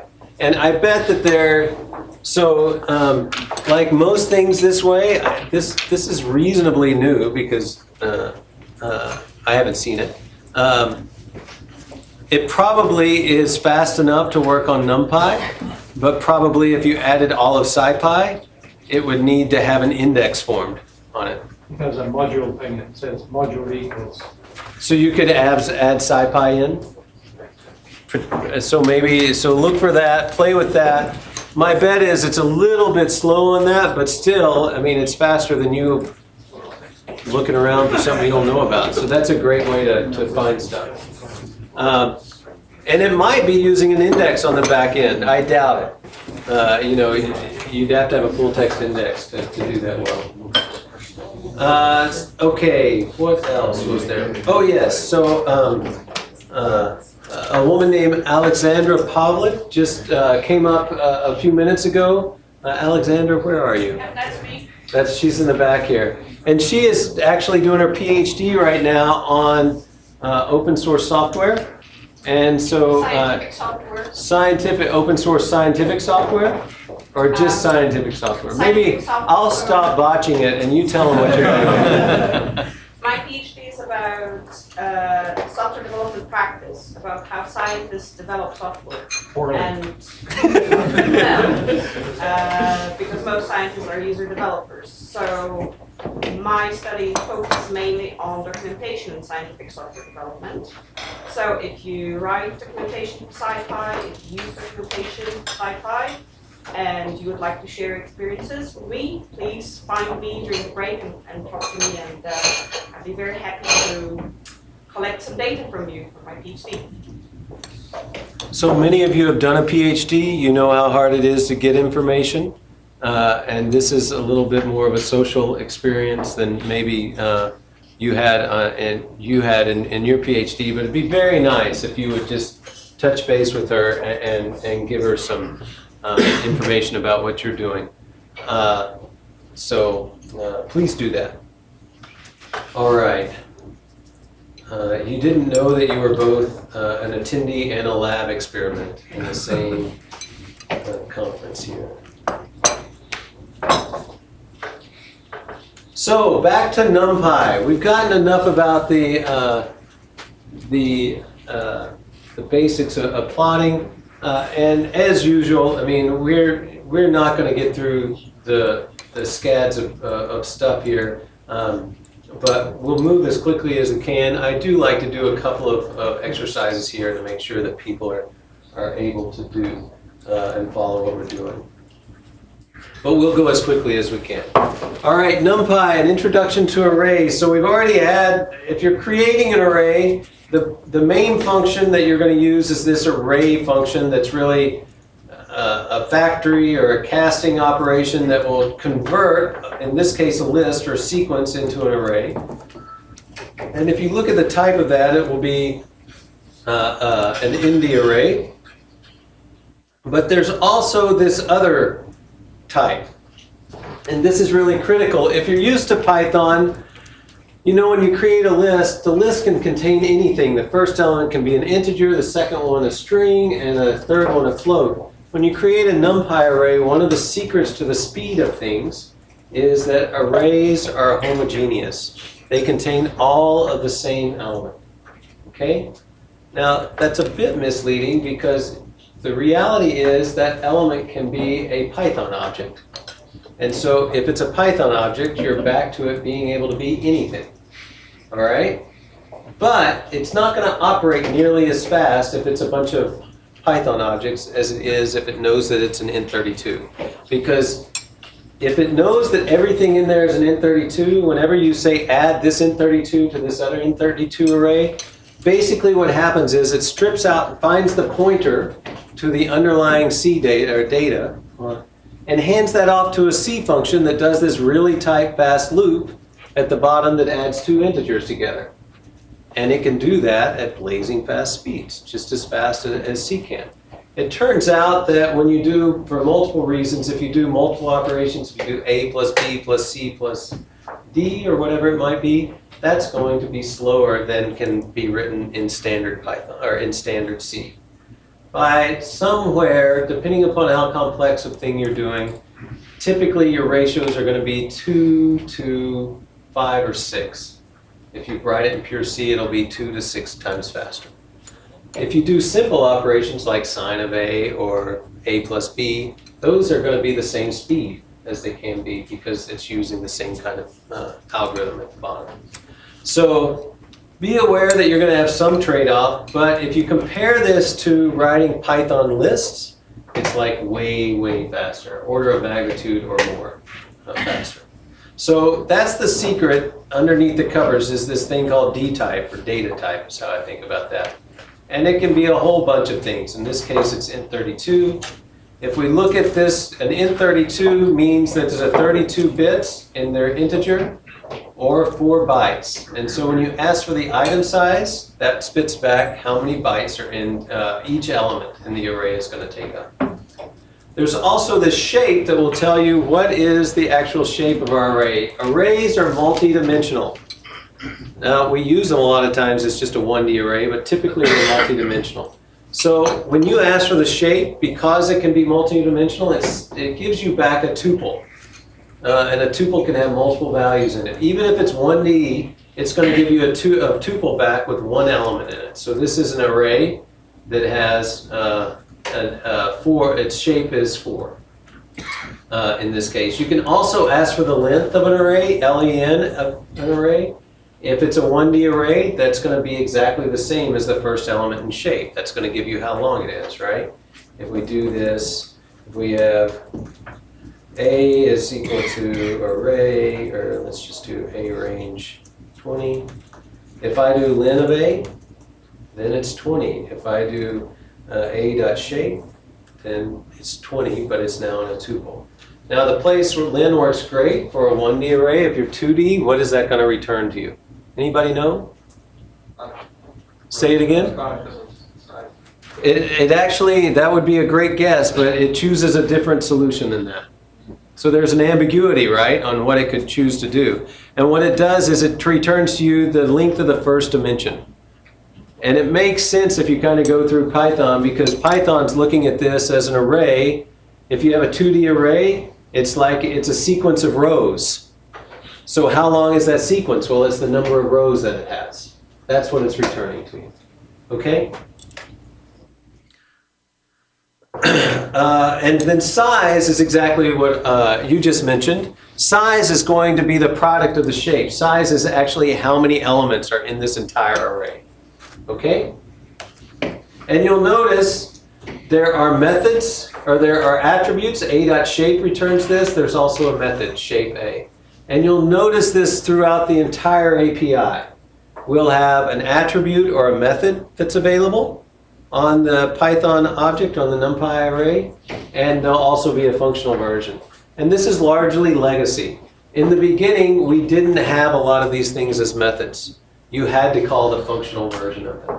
But over time, it's been convenient to add those to the array object, and so you'll have two different ways to do things. So is the array is NumPy is column major or row major? Yes. It's just one column or? It's either. Either. So this is one of the, I mean, we may get to the way you can have it either way. By default, it's going to lay things out in C order or in row major order on things. But he's talking about the memory layout underneath the covers. You know, C and Fortran, in their infinite wisdom in the 1970s, one group wanted one way, the other group wanted the other, and so we ended up with the memory layout of how memory was laid out being different. I know that the cost of that decision is in the tens of billions of dollars around the world. I mean, think how many people in this room have had to deal with that in something. It's huge. It's funny how much. It's kind of like Franklin fusing a positive and negative on electrons, right? Now, if he would have done the other way, the dropout rate of electrical engineers would have been a lot lower for the first year. But it is what it is, right? So those little decisions matter a whole lot. So we have row versus column, and it matters for speed about how you write loops and things under the covers. It turns out that NumPy's array data structure will handle either one of them. You can put the order, the way that the header of an array works is it will either work for row or column. And that is largely hidden from the end user. Okay? But when you allocate an array, it's going to be in C major or in C order or in row major order by default. In fact, I think if you go in and do array question mark, there's this order parameter that you can supply if you want to ask it to do it in the other order. So order can be C, F, or A. I don't know what A is.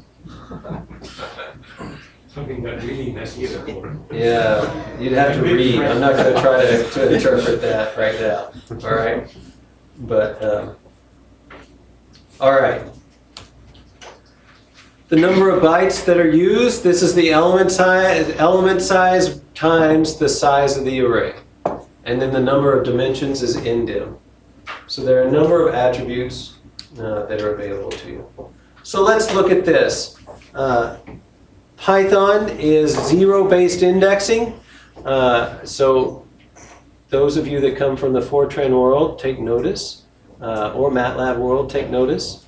It's more like C. So if I want to get the 0th element of A, then I can ask for that, and that's going to give me back the 0. We're kind of a couple of slides here. Here's our 0 that we grabbed. If I want to set that value, then I can index it and set a value in, and now I've overwritten that value. Okay? Now, what if I wanted to fill in all the values of an array? Turns out there's a method called fill that will just write that value across the entire array. So this is a way to initialize the array with a single value. An alternative is, this is using slice notation, and we'll come to this a little later. But this is saying I want to assign from the beginning to the end of the array the value 1. Okay, both of these work just fine. I probably write this a little more than I write this. There are some hiccups or gotchas that you need to be aware of. These used to happen a huge amount more than they do now. With the advent of NumPy, some of the default arrays that get created, like when you call zeros or ones or identity, those used to return to you integer arrays. And so you would run into this problem all the time. Now they return you floating point arrays, so you almost never run into this problem. But the thing that can happen is if you have an int32 array type, and I try to assign 10.6 in, 10.6 is not an integer, it's a floating point number. So what does it do? Well, there are a lot of options. One of the things is it could complain and raise a traceback. Another thing that it could do is just truncate the value and cast it basically to an integer. And that's a floor operation in the standard casting. And so that's what it's actually towards 0, I guess, is the way to think about that. It just truncates the value. And that's what NumPy does. There's probably an argument here that it would be nice to be able to set a flag of what it should do, where you could raise an error. But I don't run into this as a headache nearly as much as I used to. I don't in any actually now. But you do need to be aware of this. The place where I run into this in the past is you would create an array that was supposed to be a set of weights or something that you were multiplying times something else. You would come in and start setting the values, and then you would it would go through all of your calculations and you get your results out, and they'd be almost right at the end, right? Because everything was just rounded off slightly. And you're like, what's going on? And so it would take a long time to kind of trace back to where the error is. So be aware of that. All right, slicing. It turns out that slicing and understanding slicing is it's the way that Python or NumPy does all of its magic under the covers. It's how you do all of your math. It's how you do many, many things. So understanding this is fundamental to your success with the library. So, so let's look at this for a second. This is just a repeat of kind of what we do for list, but I want to point out the way, at least, that I think about arrays. There's two ways of thinking about the indices on an array. The first is you can just take about this as the 0th, the first, the second element. Or if you come from a C background, you start thinking about these as pointers and offsets, right? And so you're really pointing, the 0th location is the memory location that you're pointing at right before the first element. And then the indices are just offsets to the next ones. That idea works fairly nicely with how slicing works, because if I say I want to slice off from index 1 to index 3, what that says is I want to go from index 1 up to index 3 and get everything that's between those. So that will return to me 11 and 12. The other way to think about this is it's inclusive on the lower end and exclusive on the upper end. So when you slice, you're going to get 1 up to, but not including element index 3. Okay? If you think about these as being in between, then you always have these bracket whatever you're going to get out. Does that make sense to everybody? Cool. So that grabs my 11 and 12. I can also grab index 1 up to index -2. Now this is quirky, but this is how Python works. Negative indices count from the end of the array, so -1, -2. So this allows you to write this to grab exactly the same data set. And that's nice instead of having to write, how many times in other languages have you written len of whatever the thing is -1, right? That's basically, or -2, or minus whatever the thing is to count back from the end. So Python just gives you a shorthand for doing that. -2 counts from the end. You can specify that on the front end, so -1, 2, 3, 4, that's going to start here and go up to index 3, so that will grab the same values. Cool? Now, There are also times when you may want to slice off the first 3 elements. Well, you could say 0:3 and that would work. That's one way of doing this. Or if you say A, open brackets, :3, we've omitted the starting index in this case. When you omit that starting index, it just defaults to starting at the beginning of the list. So that's going to slice off the first 3 elements. -2 is going to start at index -1, -2, and go to the end. It turns out that there's not really an equivalent to this unless you know what the length of the array is. If you want to always go to the end of the array, then you have to omit the last index. All right, so you say -2:: that's going to slice off the last 2 elements. Did I see a question back over here? No? Okay. And then this one, I guess I'll go back a few slides. You remember here where we wrote this? This is saying go from the beginning to the end because we omitted the first index and the last index. So when you do that, you're not specifying either one, so it just defaults to the entire array. And we're assigning the 1 into that. Here, we're saying start at the beginning, go to the end, and then you can specify a step value for the last one. So this is saying give me every even value, basically. Okay? Does that make sense? Or not even, it's not even index, it's more accurate. What if you want every odd one? How would you get that? Start at 1. You could do every odd by saying if your array was A, 1:: go to the end. So we omit the end and then we step by 2. And that will give me all the odd values. All right? That's a clever way of doing that on things. All right, let's talk about now, as I said, this is how you do all of your math and that sort of thing. So there's an exercise called calc derivative. Hopefully you know you're in introduction now. Let's just look at an example and let's talk through it. So imagine I have, how many people are comfortable with calculus? All right, good, we're pretty good here. This is not very fancy calculus, so imagine you have a data set that somebody's given you, and let's start at 0.5, and then 1.5, and then 1, and then 0.5 again. And then we have, oh, let's not do that, I'm doing the wrong one. 1.5, 2, and then 3. And then let's have y values. I'll just start at 0.5 here, and then we'll go to 1, and then we'll go to 1.5, and 3.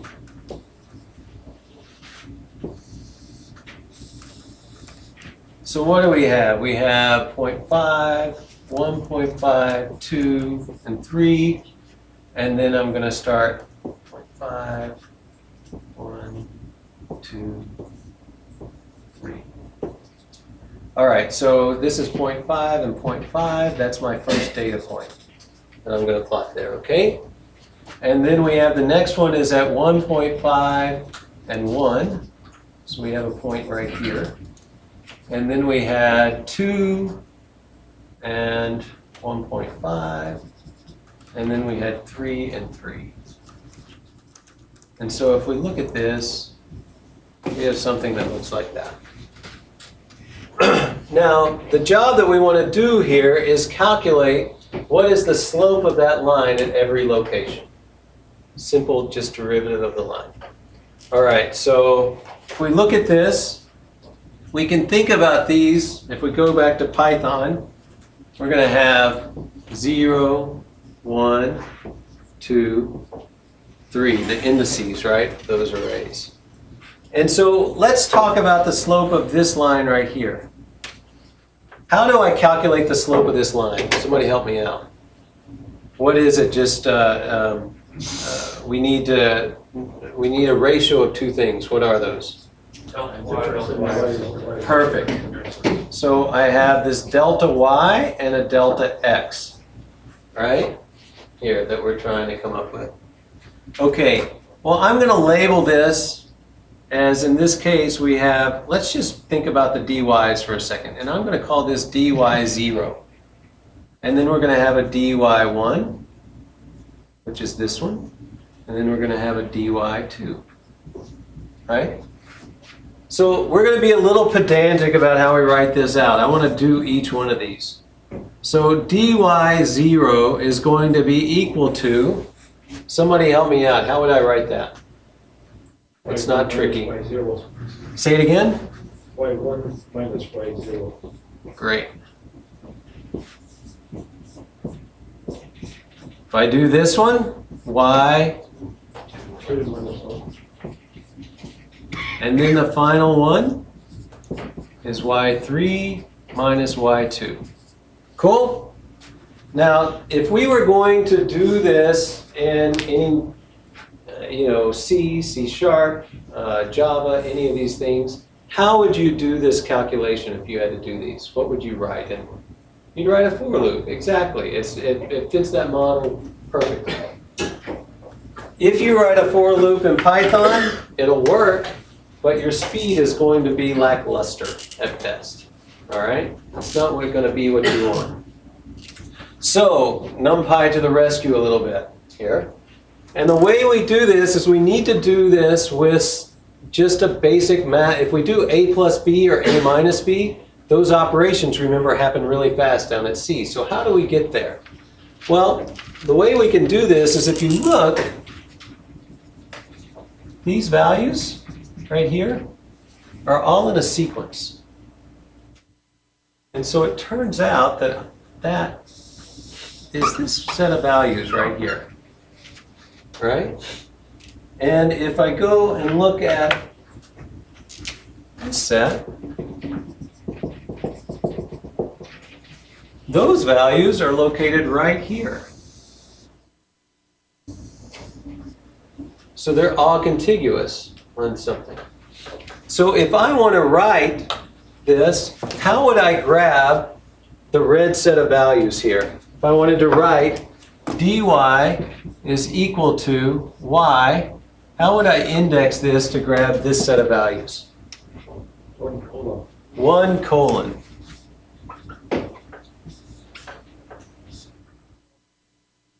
And the other set of values? Colon minus 1. Colon minus 1. There's some pros in the room. And that statement right there is exactly the same as writing a for loop.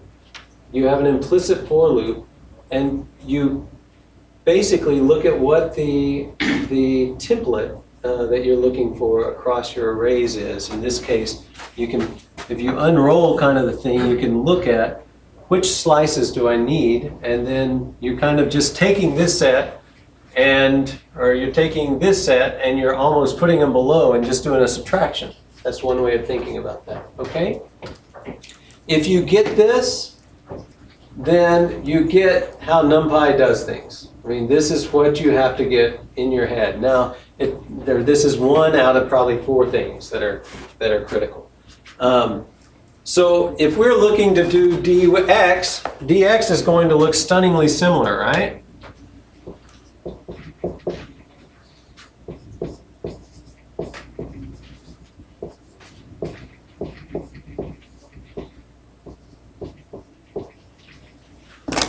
And now to get your derivative, if I said dy dx is going to be equal to dy divided by dx. And this is your calculation of the derivative. All right? So there's an example, and we've just worked it for you. I want to spend 5-10 minutes. Never works to do it in 5 minutes. But again, team up with your neighbor. There's an example called calc derivative. And work that guy really quickly. And if it takes you about 30 seconds to work, then there's a second example where you do a Riemann sum. And it's very similar, or some kind of sum, I think, a trapezoidal rule or something like that. The only thing that you don't know about that you need to is a function called cum sum. It's imported at the top. do a question mark on it. If you finish in 30 seconds, then you're advanced enough to go and read the documentation how cum-sum works and figure out how to use that for your integration problem. All right? We'll spend 5 or 10 minutes there. Yes, sir. Does this take to an additional copy of each? That's a great question, and the answer is no. So whenever you do a slice, if you do a slice on a Python list, you always get returned a new list, a copy of the list. If you do a slice on a NumPy array, it always returns to you a reference. Whenever you subtract the 2 slices. So that's a new value. You're creating a new, so it definitely has to create a new array. Like dx is a new array, dy is a new array. There's no way around that. Dx, dy is then, that'd be a third. That's exactly right. So you have all of these temporaries that are getting created under the covers. And that is why I talked about a 2 to 6, factor of 2 to 6 compared to, if you were going to write this loop in C, you wouldn't write 3 loops. You would write a single loop and do all of those things. You wouldn't have any temporaries. You would just get the value. And that's actually where the cost goes. There's actually cost there, and then there's cost in one other area that the compiler doesn't know as much about things, so it's a little slower to find that. And one other question, is there a way to represent a sparse matrix? There is, that's in SciPy, and there's a sparse library. And the sparse library, I think 90% of its functionality is actually converting between the jillion different sparse matrix representations that there are on the planet. So it has functions for doing that. And then I think their super LU is also included in there to do a LU decomposition. The other library to know about if you're doing singular value decompositions, there's a library called Divisi that comes out of MIT Media Lab, and they use it for a lot of things like the Netflix challenge and things like that, like AI type problems. And that one is nice for doing singular value decomposition. And that can like give you one singular value at a time or something like that instead of having to give you everything back at once. What's the name again? I think it's Divisi, is that correct? Anybody use that library? No, the sparse matrix library, it's D-I-V-I-S-I. It's something like that. Other questions?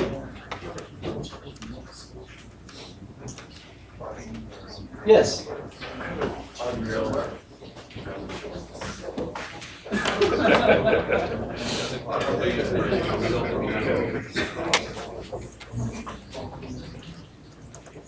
Was everybody able to get that? Do we need to go over that one? The ideas there?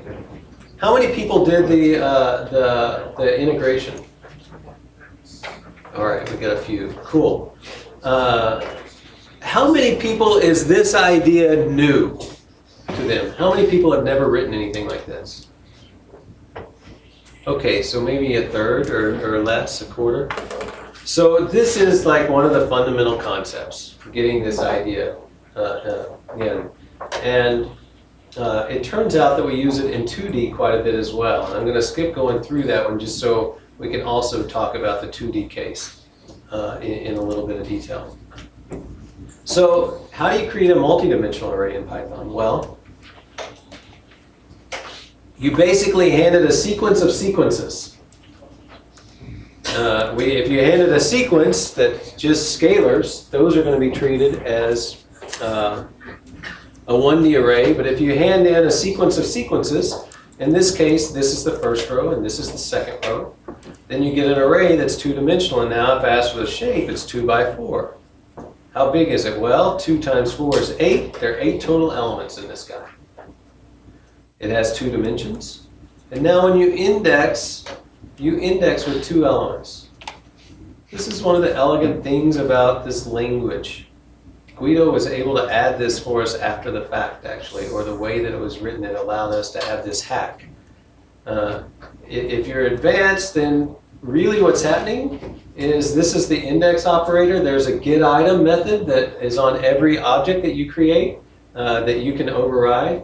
And what NumPy does is that the get item, when it does, if the function that implements this, if it sees a tuple come in, which 1, 3 is a tuple, that it goes, this is a multidimensional indexing. And so that's a bit of a hack, but that's how it fell out of the language, and the way that language was implemented allowed us to do this. So it's very nice, the end result. And what we're doing here is on 2D arrays, it's nice to think about this as the row and this is the column. So if we access index 1, 3, that's going to index row 0, 1, 0, 1, 2, 3, and we're going to replace the 13 with a -1. So we can write into there. It turns out that you can also index arrays with just a single element. I don't know, what is, if you do this in MATLAB treats the array as a flat array, and it just gives you the element out. I don't know what IDL does. Does anybody else? Does it allow you to do this? You'd index a multidimensional array with one element? Well, I don't know about that one. What Python does is different than what MATLAB does. If you index with a single element, it treats that as you just are asking for the index 1 row. So that's going to grab this row out of the array. A side effect of this is if you loop over an array that's multiple rows, if you said something like for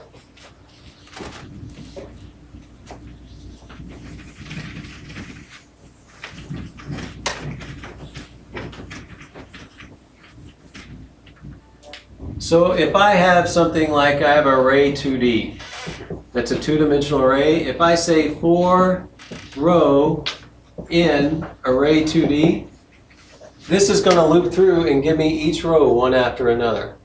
That is sometimes a handy operation to do. It turns out that you can usually do this just with kind of these slicing tricks and things like that.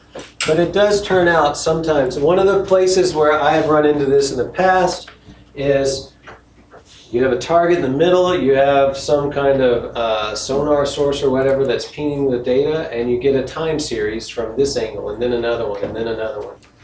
And so you end up with a bunch of time series that are just from different aspects. Well, if you look at that problem, every row could be one of those time series signals.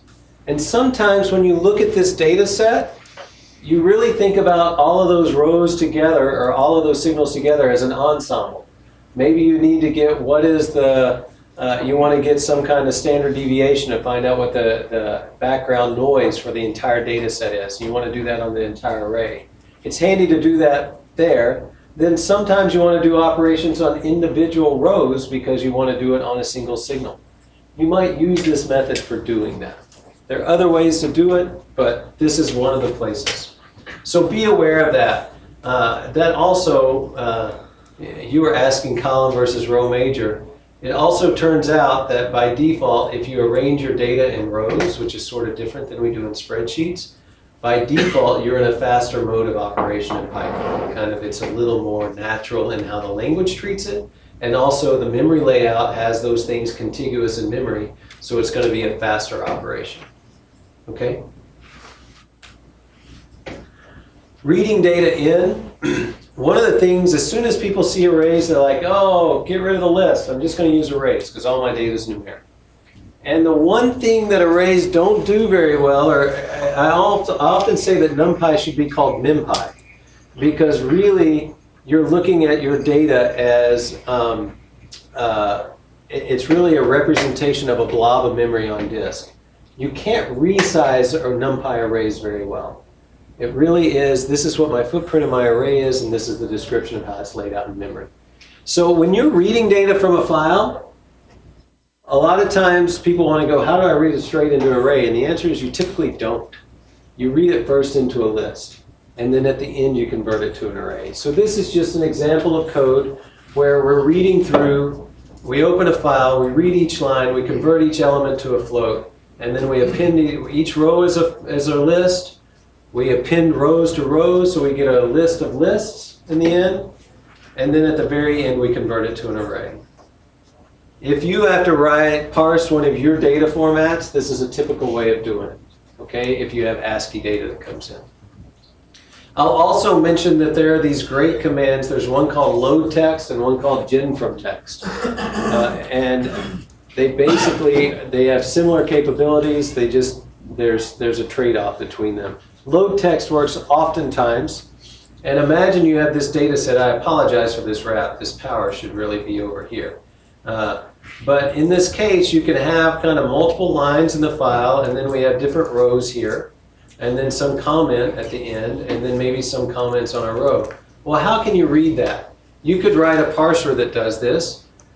The faster way is just to use the load text function. You can tell it the file. You tell it to skip the first row, so it's going to skip this row. And then you tell it the data type. All of the values that you're going to read in are ints.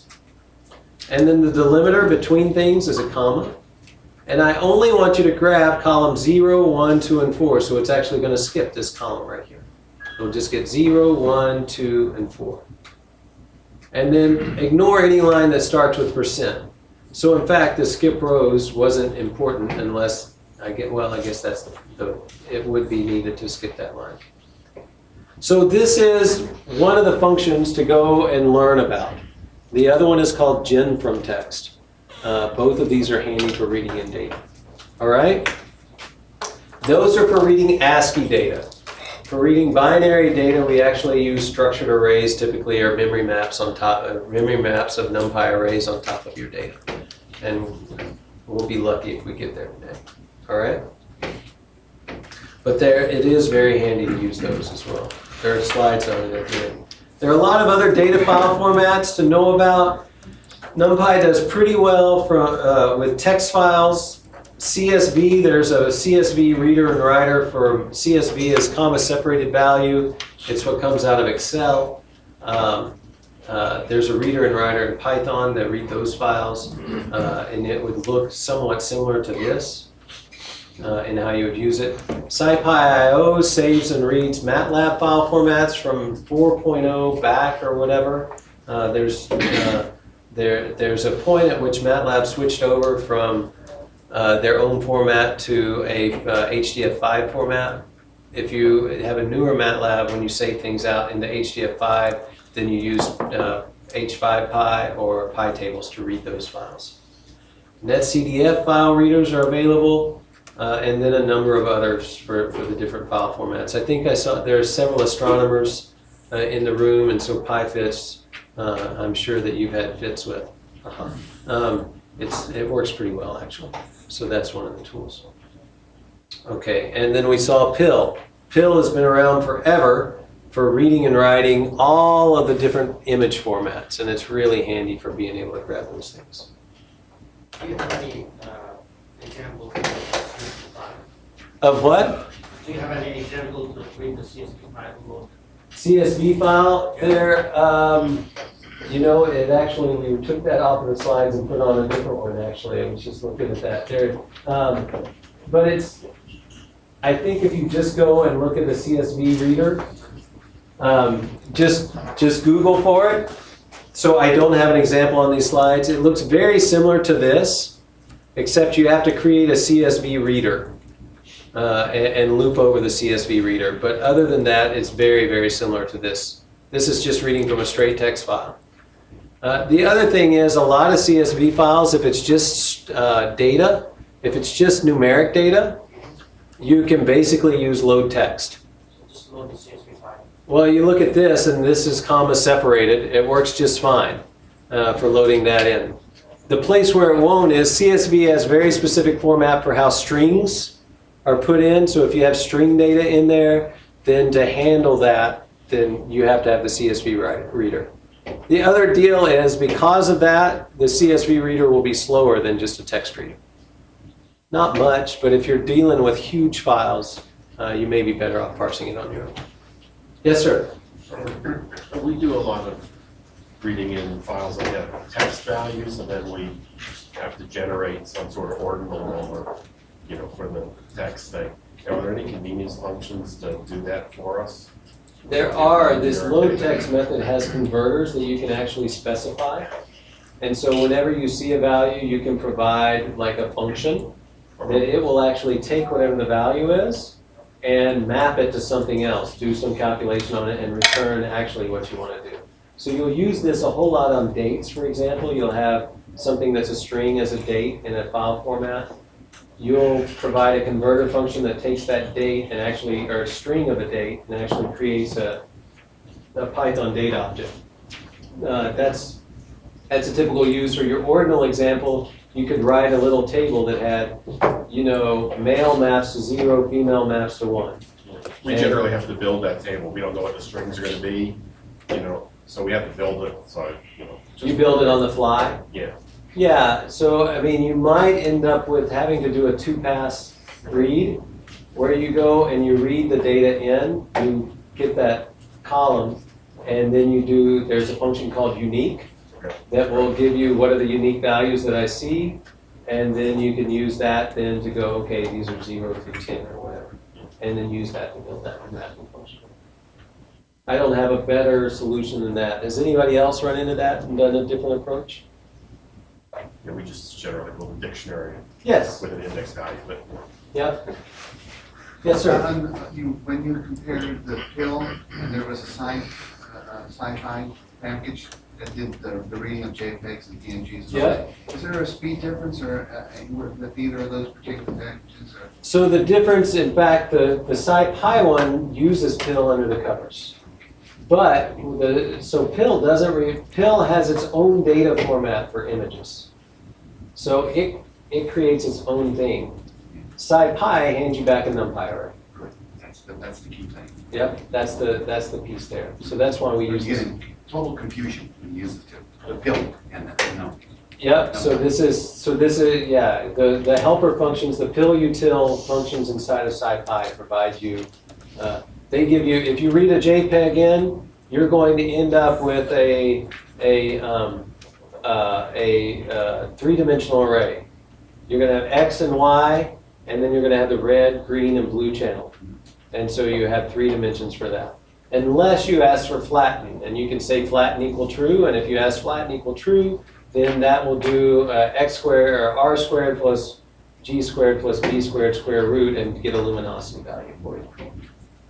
Okay? Thank you. Yes, sir. Does pill work with vector data too, or Does pill work with vector data? Give me an example. like an SVG file? Oh, no. No, it's a raster image reader. Okay. On things. So if you had SVG, I don't know if there's an SVG reader. I bet there is in Matplotlib. Anybody, there's not, so Ryan might know. I don't know if there is. That's a bit of a tricky topic, actually. Any other questions? Yes, sir. It's a little off the subject, but can you pass NumPy arrays to, say, C directly, or? Yes.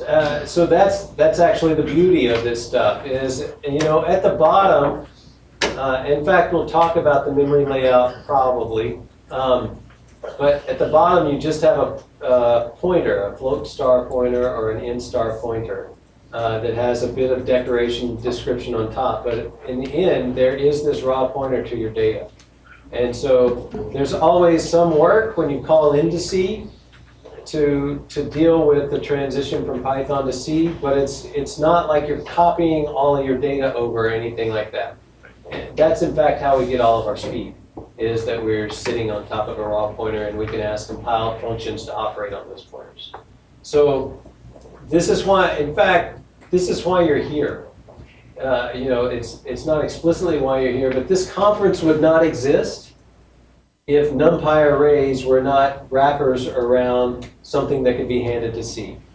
If that wasn't true, then there would be no reason for SciPy to have been created. In fact, if you look at SciPy, the library itself, there's a lot of Fortran code and a lot of C code that implement all of Bessel functions and Haeckel functions and anything like that, and we just have this thin shim on top of that to allow those to be exposed to the Python layer. Cool. Anything else? You good?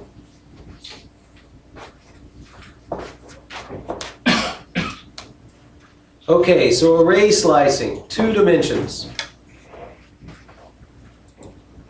we have examples here. We have a 2D array.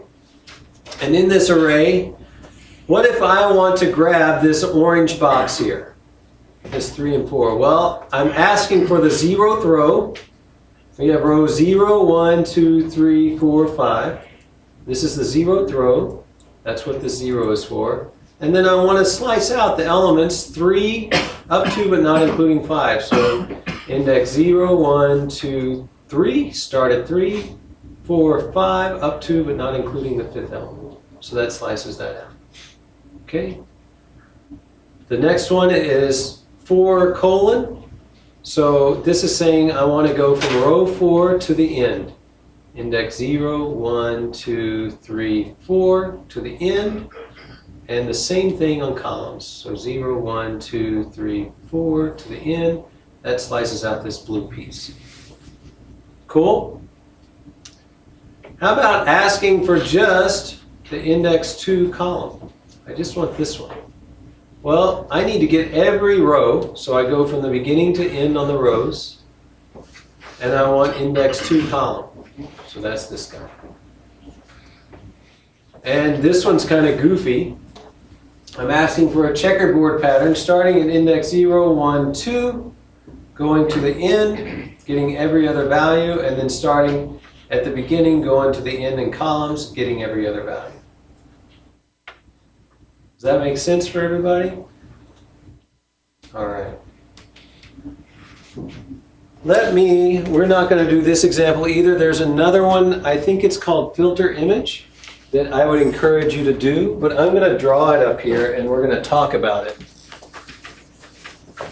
in the same way that we talked about these 1D images, because this is kind of the intro, and if you get what I'm talking about here, then you are on your way. You got it down. So let's talk about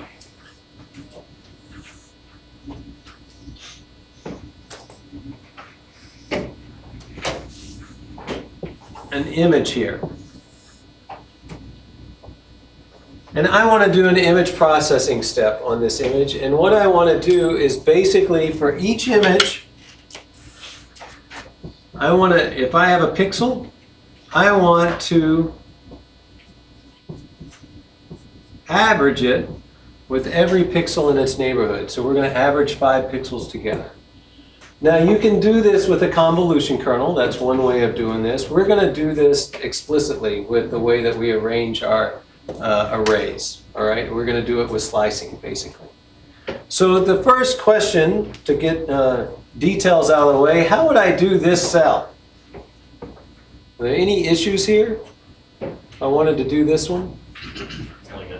You can't, can you? Yeah, you're kind of screwed. You don't have anybody to the left or above. So you could treat this with periodic boundary conditions, things like that if you wanted to be really fancy.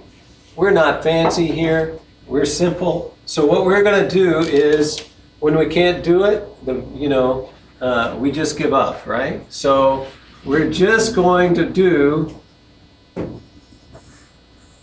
the pixels that have all of their neighbors. All right, so our image, when we finish with this, is going to be one smaller, or in each direction. So it's going to be 2 smaller in rows and 2 smaller in columns. Well, I'm going to just, for giggles here, we'll call this center.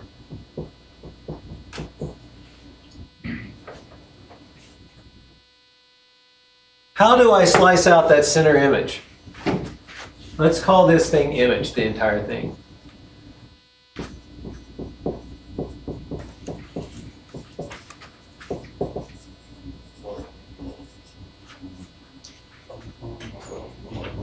One colon minus 1, I think I heard. Everybody agree with that? Will that work? So that's the rows. So that said, I want to go from here, index 1, to index minus 1. So that's these guys. That looks pretty good. How about in columns? You guys are on fire. All right, so we got it. All right, that's the center image. All right, I'm going to simplify the problem. We said we wanted to average with all of the guys. Let's just assume that we want to average with the pixels, and I'm going to draw this so we have a... Let's just assume we want to average with the pixels above us. Okay? So So let's have, if I want to do this pixel, the pixel above it is this one, right? If I have this pixel, the pixel above it is this one. If I have this pixel, the pixel above it is that one. And this one, the pixel above it is that one. So it turns out that that is really the pixels above for each of these. So if you took these guys and thought about it, you can kind of think about laying these things down on their sides. And then you can add, you know, this one through to that one, this one through to that one, this one through to that one, this one through to that one, and then you're going to get a result that is your final image. If you added these things together, you'd end up with a new image that was the addition of these. So you're basically taking these things, aligning them, and doing the addition is one way of thinking about this. All right? So how would I get this upper image?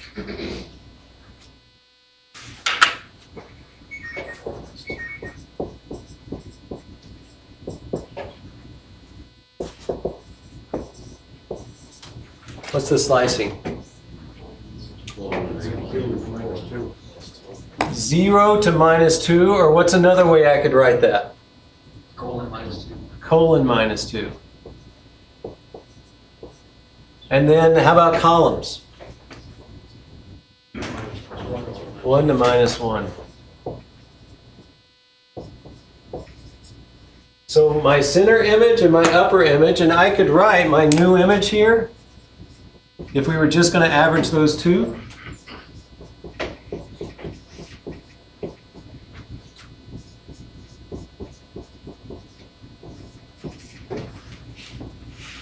And we've just averaged those two images together. All right? So why don't we take, we're going to do this one quickly. I would like you to do this. It's called filter image. And you have that image to get. You have this image to grab. And then you have this image to grab. All right? Let's work for 10 minutes on this with your neighbor, and then we'll move on. We won't spend much time on this. All right, let's look at this solution right quick. If you're still working on it, please keep going, but I'll just go over this so we'll save a bit of time. So we talked about grabbing the center image. And so here we created an image, and then I've just created a function and passed that value in. So this is our raw image. And we're getting rows and columns, or slicing off the beginning to the end of the rows, into the beginning of the columns, just getting rid of the first and the last. And then the top image, as we talked about, we've already chose how we were going to get that. Now, the bottom one is very similar to the top, but we've got to go from here basically down. So we're going to start at index 2 and go to the end. And again, it's centered in the same way. Left and right are very similar to top and bottom. We just need to swap the row and column on things. So we add all those things together, divide by 5. And if you run through this, the image will be a little bit smooth, but you have to look really closely to see the smoothing that's occurring on things. But if you run through 50 times or something, then you will get a more and more, it's a diffusion of the image, and so it's smoothing out. And if you have a 255 or 256 by 256 image, if you run it, 128 times, then you basically have the world's slowest averaging technique. It's going to average everything out. The only got you is those edge elements. We're not setting those up as, so they're always going to have some impact on the image. But yes? If you do it this way versus the convolution Yes. algorithms that are in what's sci-fi, Mhm. is there a speed advantage or disadvantage of going one way versus the other? I would expect the convolution filters are going to be faster. Yeah. What is innately making those faster than this? This looks like it's fairly primitive, and it's very low-level language programming. Why is it so much faster? Well, why would it be faster? There's going to be caching that's going to come into effect. if you write it in C, you can write it to cache the very good. Well, and the other piece is, I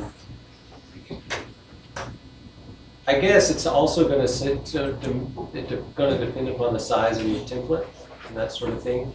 If you can do the FFTs on the convolutions and then bring them in the Fourier domain, do the operations there, you have a lot less operations to do. You have the FFT that you have to do. But, so, you know, unfortunately with all of these questions, the accurate answer is it depends. And it has to be the first thing you say on that. Are the NumPy array operations multi-threaded? No. There's a nice place that could be put in, but by default, they're not multi-threaded. You could set things up kind of to do multi-threaded on pieces, but by default, they're not. The convolutions probably, so EPD, the Python distribution, links against MKL, which is the math kernel library from Intel.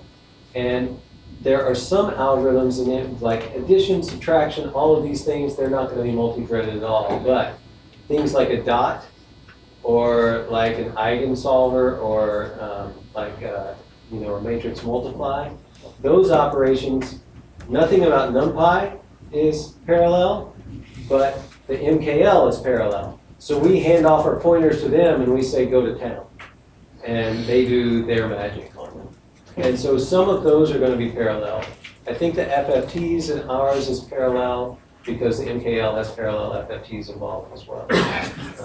That's one of the areas where there will be advancement, I am sure, over the next year or two to get that in place.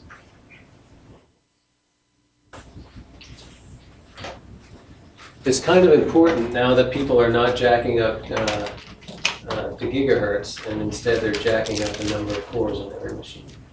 So, all right. So slices are references, and this is a big win and a place where you can shoot yourself in the foot. So be aware of this. Anytime you allow references in any programming language, you have the potential of saving memory, and you also have the opportunity for spooky action at a distance, right? You have two things pointed at the same set of data, and you hand one off to some other algorithm. It starts doing things. It can change something, and then you go look at the other variable, and you're like, hey, I didn't even touch it. Why are these values different? And the reality is that this other reference to that data somehow changed it. So you need to be aware of this, but there's also a big win. And that is, in scientific computing, just 1 second, in scientific computing, you end up with a situation a lot of times where you have one data set and you need to have multiple references to it because it's a gigabyte in size and you can't afford to have copies of it running around. So by default, or the slicing notation in Python is going to be references to the original. Yes, sir? Yes, if you have a nice long convoluted bunch of control flow and you get to a certain point and you actually don't know if what you've got is a slice or a copy of something, is there a way of actually querying it? Let's say you actually accomplished all of this and you're in PyLab, you just right there at the Python command prompt. Can you actually query, are you a slice or are you a copy? There is, I haven't poked around on these in a while, but yes, there is, like if I have A is equal to array, and then B is equal to A, so A dot base is none.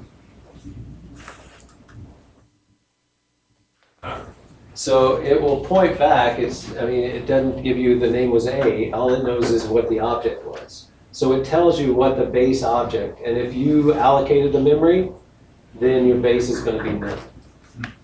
I would also say, I can't think in 10 years where I've written code that I've done this as a check. So that's just a little alarm goes off in my head to say you probably don't need to do this unless you're doing something where you're passing things into C. Like you should never need to do this at the Python level. You probably ought to read or at least consider what you're doing to make sure, do I really need to do this, or is there an alternative path? So that I don't have to make code that's explicit to one of these or the other. Usually your function either is supposed to destroy the array or it's supposed to leave it intact. And you know when you write the function what you want to do. If it's in or in out or whatever. Yeah. And so well, you and have a copy function. You have a that's right. There's and a you copy just function or a decopy. That there's you a use copy if you want to function. have a, Yep. you want a, If you want need to really make replicate- sure that you have your own version, then you can copy it. What is and- that function? Copy or? It is indeed. So if you do b.copy, then, or if I say c is equal to b.copy, now it doesn't have a base. So that's forcing, I want to make sure that I have my own copy of this data and that I'm not a reference to anything else. So that's one way of doing it.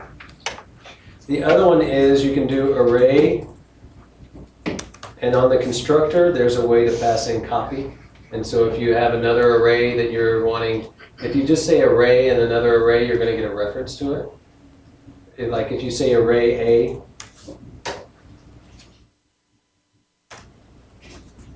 oh, I guess you don't. Maybe you have to do copy equal false.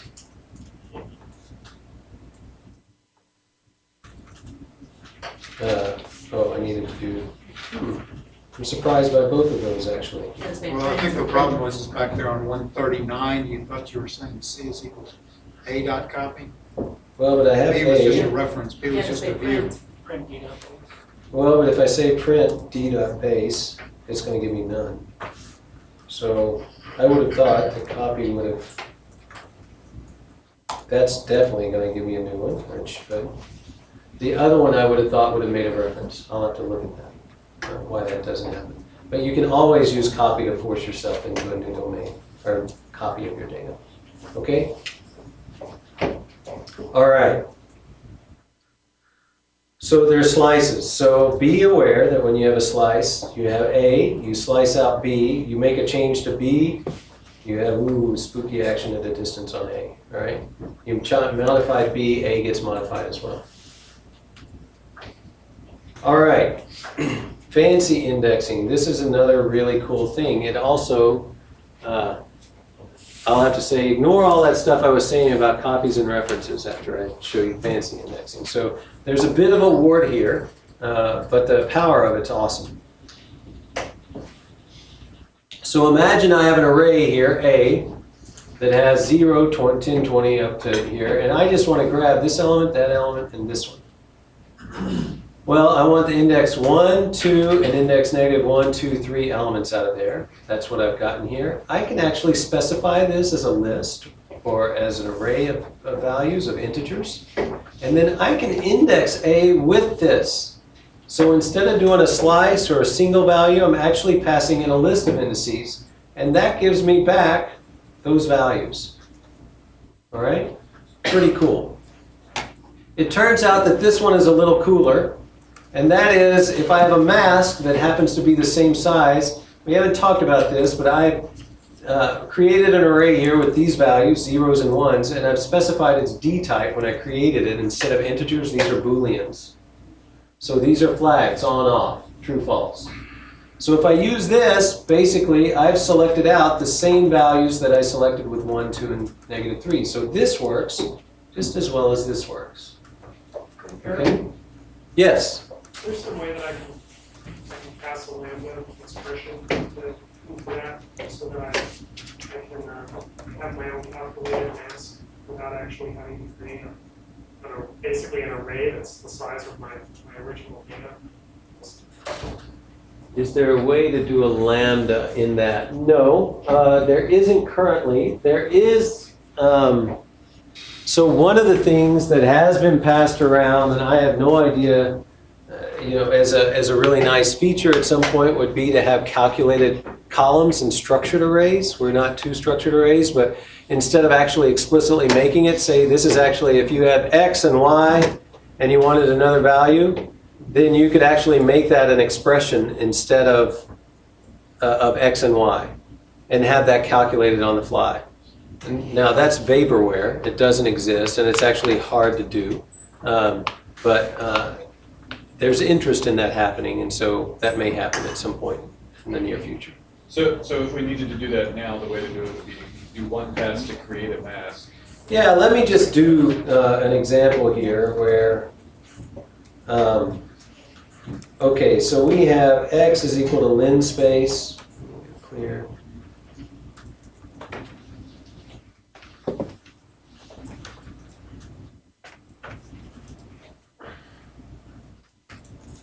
And then y is equal to sine of x. And so I can say plot x versus y. I get my beautiful sine wave here. Very impressive. And then somebody comes along, and this is where things start getting interesting. Somebody says, well, where are these values? Where are the values of y greater than 0? And so you can say, well, y greater than 0, greater than or equal to 0. And you get this mass that's true, true, true. And I can assign this if I want to. Y is greater than or equal to 0. And now I can come along, well, let's see where those are. And I'll say, well, plot x where that mask was true, and y where that mask was true. And do that with red circles. And there they are. So you all of a sudden have actually a very nice querying mechanism. It's almost like you have a little, instead of having to put things in an SQL database and then do SQL queries on them, you have this quick way to do querying of your data in this way. And you can do things like this, where you say, my mask, I want to see where is y less than or equal to 0, and we do x greater than or equal to 3 times, or 2 times pi, 3 times pi over 2. Oh, did I have to do, what is that? Oh, no, I have parentheses, thank you. My brain is halfway in C and halfway in Python. So it turns out that this AND operation binds tighter. We actually are doing the AND with the 0 and x, and you always have to pay attention to this. Whenever you put an AND operation, this has higher precedence than the greater than or equal to. So whenever you're doing these Boolean combinations, you always want to put parentheses around your sub-expressions here. But now that's my mask, and if I go back and plot these, and we'll do a green, it's just these guys. So we kind of combine two masks together. Yes, sir? Just checking that I understand it right. The mask is static, right? If the underlying x and y gets changed, it's not going to regenerate. That's right. This is a computation that we're doing. Yep. Everybody cool?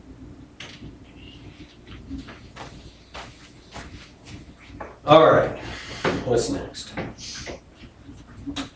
There is a great example. Oh, let's look at this, and then we'll talk about the great example. And probably not do it. So it turns out that there are two things to know about. One is, how does this work in multi-dimensions? All right? And this is how it works. Anything, so here we have A, which is our array over here. Imagine I want to get this diagonal. So we're off the main diagonal by 1. Right?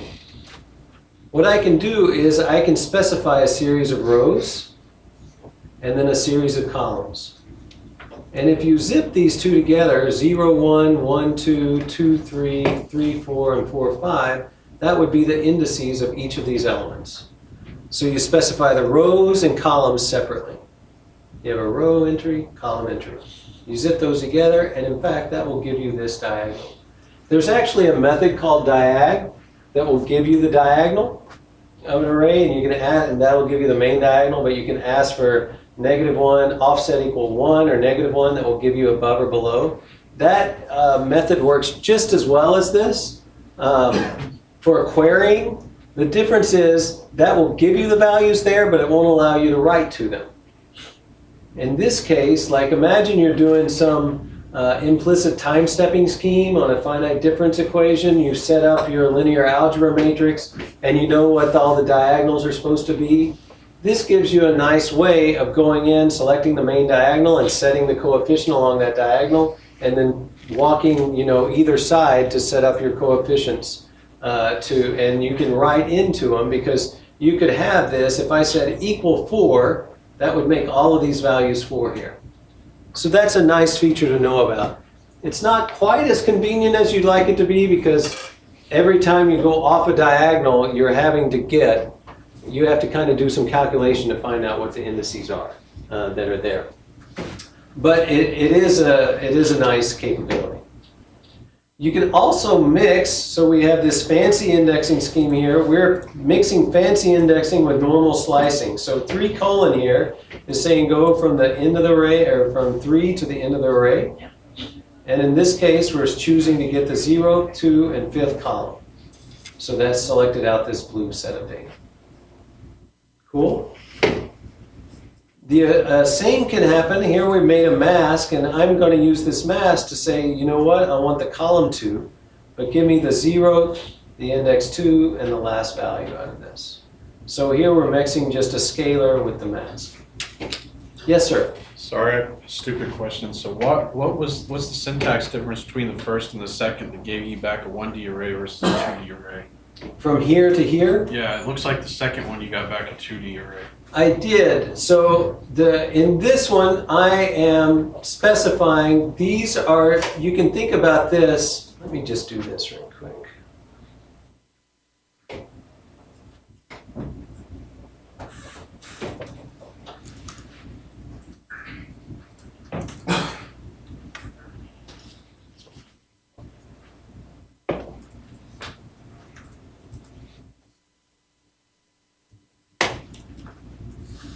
Where is this shape?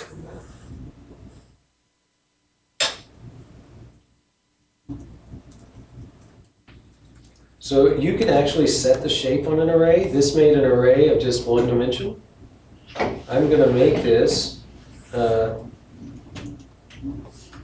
did I do wrong here? Do I not have? Oh, I didn't do that right. Okay. I was like, this doesn't work quite right, does it? So 6 by 6, that's going to be.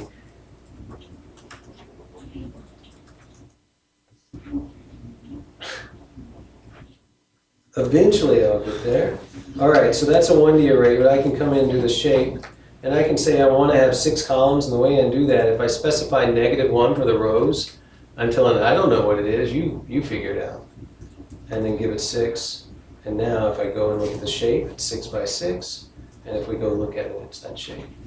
Okay, so now if I come in and I want to grab, if I come in and say, let's say I want to get the first 4 elements out of this. Like the first 2 rows and the first 2 columns.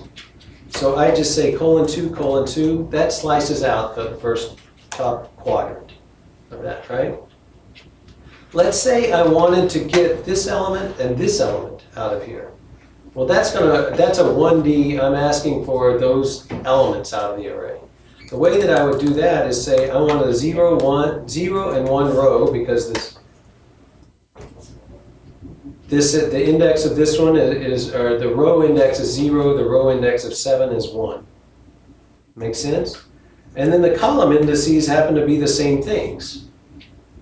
That's going to return to me, because I'm specifying each element, it's going to return to me a 1D array. Now, if I came along and did this,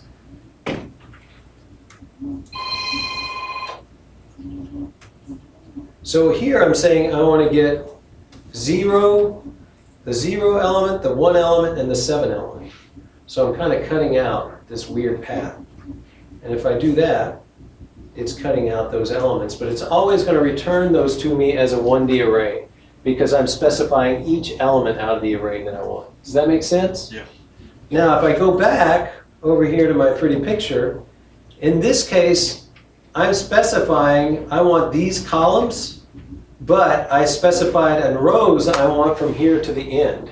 And so there, I'm getting all the rows and then these columns. So that's going to return to me a 2D thing. Is that helpful? Yeah, thank you. Okay. All right. It turns out you can use these, we've already seen if I do :3, I talked about it, I could index a row with just 1 if it was a 2D, and that would give me the index 1 row out of that 2D array. Slices work the same way. :3 will only give me the first 3 of these. I can also use a conditional array, it will give me all the first 3 rows. I can also use a conditional statement to get the first index 1, 2, and -1 elements, or rows out of this array. So this is basically the same as saying a condition, comma, colon, which would say give me all the columns. But if you omit the columns, then it's going to give you all of the columns. Does that make sense? Okay. This turns out to be very handy, especially when you might do an operation and you want to find, in your third column here, you have some data like rainfall or whatever, and you want to see where the rainfall was greater than 10. Give me all the years that rainfall was greater than 10. Well, you're going to go to that column, slice it out, and say rainfall greater than 10. That's going to give you a Boolean mask back. Now, once you have that mask, you have a mask that indicates which rows in your data the rainfall was greater than 10. You might want to extract those rows and get a whole data set of this data. I know all of the dates now, all of the information where the rainfall was greater than 10. So once you have that mask, you can use it to index in like this. That will grab all the rows, and you have the data set you're looking for. Cool? All right. Now there's a gotcha here, and it's down here in this bullet. And all the stuff I said about slicing being views, that's true if you do the colon kind of slicing. But as soon as you use a fancy index, which is a goofy name we just gave these things, where we're specifying multiple indices, you end up with a copy. You do not get a reference. The reason behind this is the underlying data structure for NumPy, which we'll come to, doesn't have a way to represent non-uniform striding along a dimension. And so it just can't do this. The only way to support this is to make a copy when it gives the data back. In the end, it was chosen to go ahead and do this because the power of this is so high, we can deal with this warp. Over time, again, this is one of the things that could change over the next X years, where we get something in place that the underlying NumPy data structure could actually handle this. Yes, sir? So what you're saying is this is basically like a GABA, bring together all the data that matches. That's a good explanation of it. Yep. It just is going to grab those things and create a new array. Yep. All right. Yes, sir. I was going to add it. You can use the optical mask tool.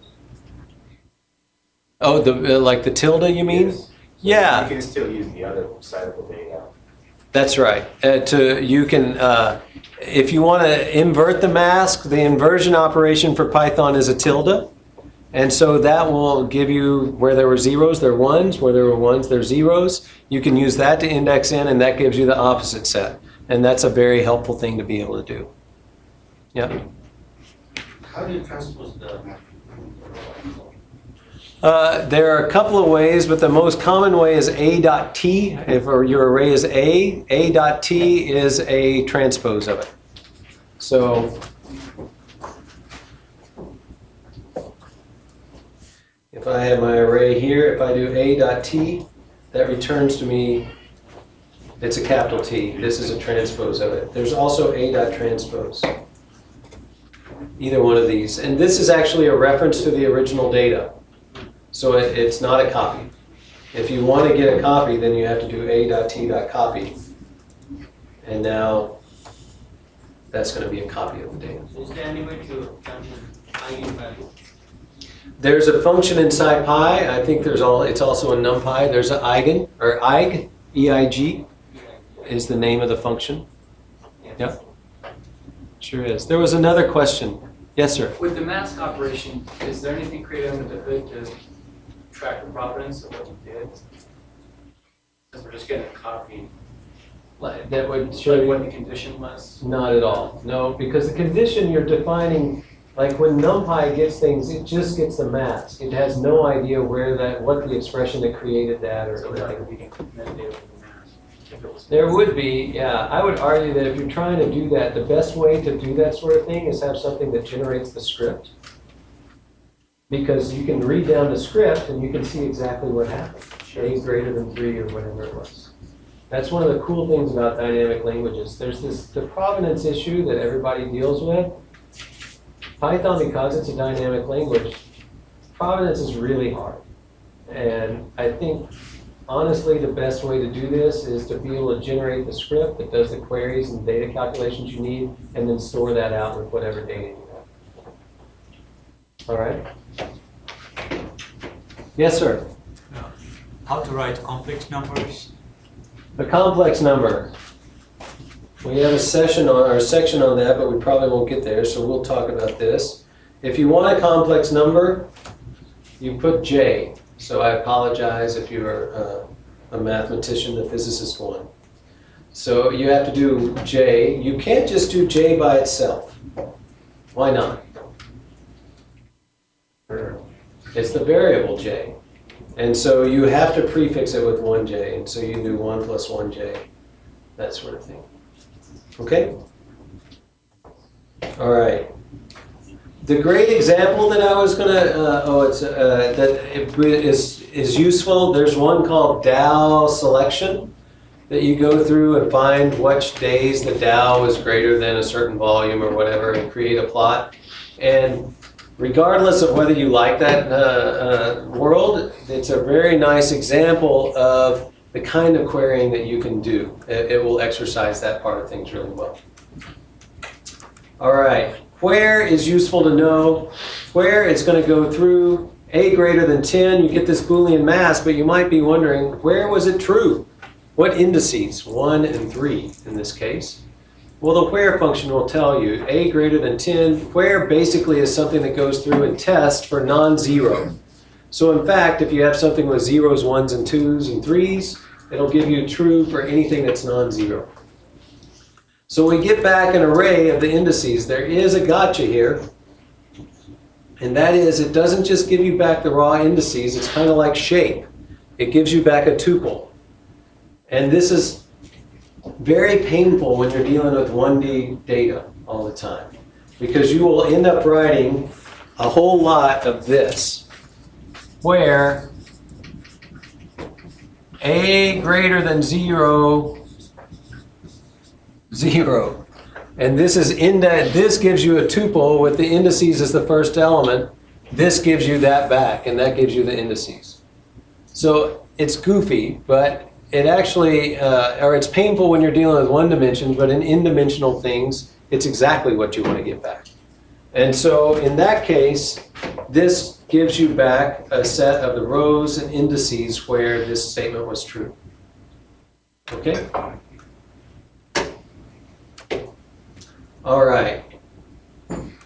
We have 20 minutes. And there are money manger things. Let's talk about this. I think there are enough people that deal with the low level to I'll try to keep it at 10 minutes and then we'll go over the other main thing that I want to get through today. So we're going to dive deep. We've kind of been talking about API level things.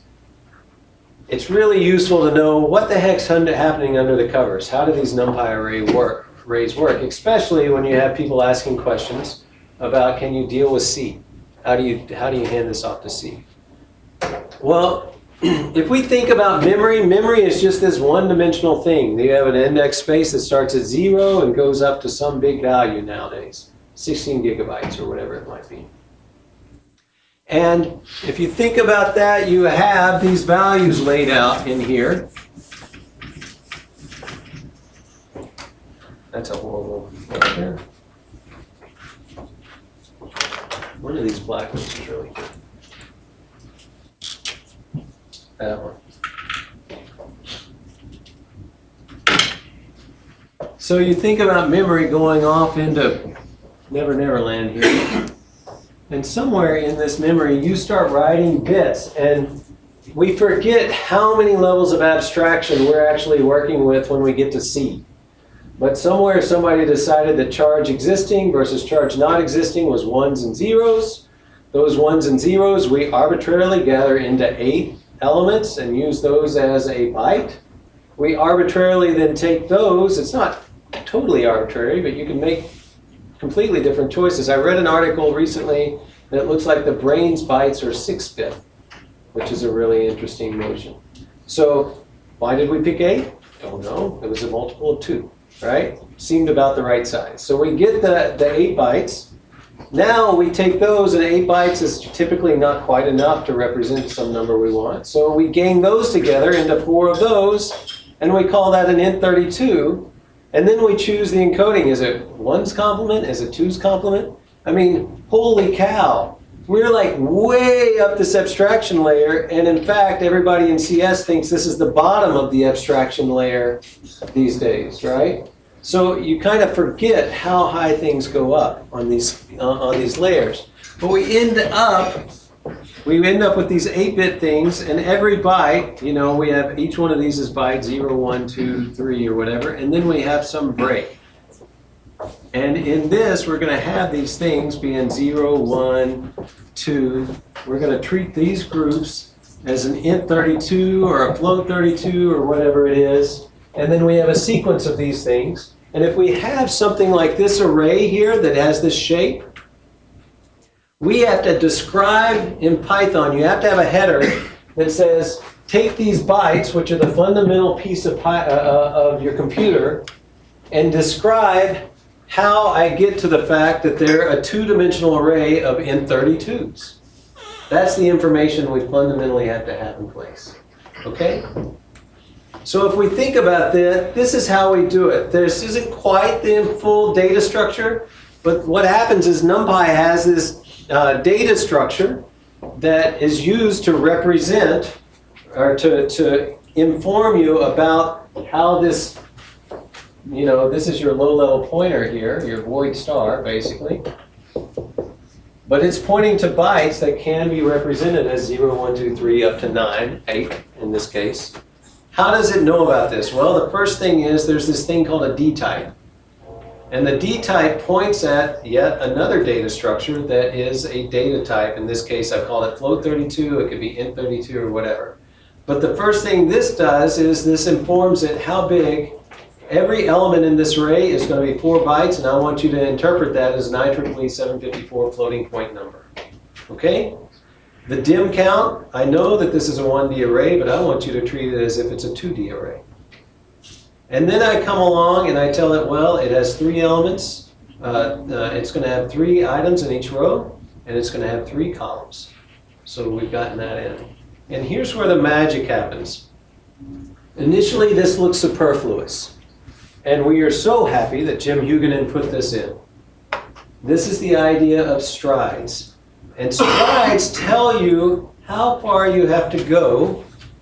If I take this data,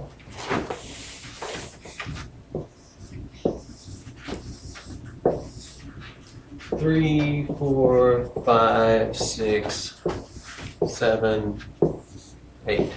So I have all of this memory down here. The strides tell me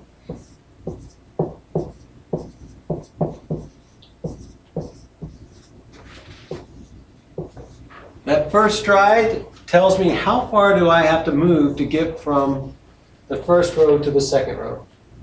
And so if we look in here in memory, that distance is 12 bytes. We have 3 elements, and they're each 4 bytes long. Okay? And then the second piece of information in the strides, we had that as 12. And then the second is 4, and that tells us how far do we have to go from this element over to that element. And in fact, you know, these guys are neighboring. You just have to go over 4 bytes, and you're to the next guy. Now, that seems somewhat superfluous because we just told it it's a float32. We just told it its shape. Isn't that enough? Well, the gotcha here, and the reason that this is the way it is let's look at, if I call this array A, let's say I have the array B is equal to A, and I'm going to do this where I say I want all rows, but I only want every other column. What values is this going to be? What shape is it going to be? Let's fill this in actually for the data structure. What's its D type going to be? D type.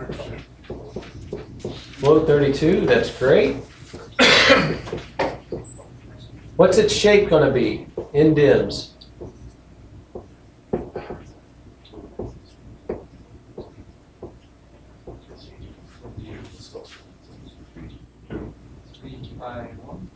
Say, I think I got it. 3 by 1. Not by 1, right? It's going to have, this line is going to give me every row. And then we're going to start at the beginning, go to the end, and get every other item.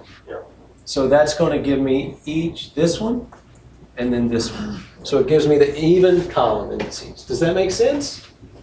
So what's its shape? Or what's its, it's two-dimensional, right? I may have missed on that. Its shape, somebody probably told me the right thing. I was not thinking about it right. I was there. What's its shape going to be?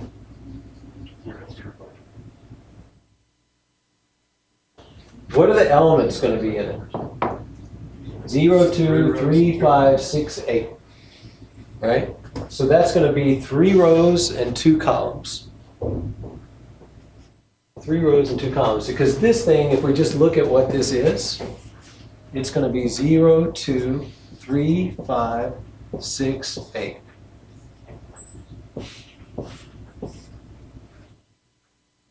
Does that follow for everybody? Okay. All right, so we've gotten shape, we've gotten, data. Let me do this one. You know, the data for A is just pointing at the beginning of this array. Where is this going to be pointing? Same place. Same place. Wonderful. All right. Wake up, put your thinking cap on, and tell me now, what are the strides? 12 and 8. So the idea here is we're pointing at the same location. If I want to go from 0 to 3, I have to move over 12 bytes, even though there are only 2 elements along that column, or 2 columns. Because I have to skip over this. Only this one and this one are important for me. But still, in the memory layout, I skip all the way over to here. So this is a non-contiguous array now. There's actually kind of pieces of it. It's ordered, but you can't just scan through the memory and take every element out of this. And then the second, the 8, is 0, 1. This is 4 bytes over, but we skipped this one. We don't want that one. We actually go all the way over here. And that's going to be the stride. Okay? Yes, sir? Are bools bits or bytes? They're going to be bytes. Yeah, it's just too much work. You could save 8 times the memory, but the hardware cost would be or the computation cost would be very high.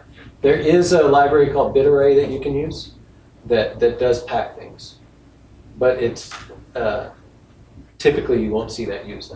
Yes, sir. So you were just talking about packing.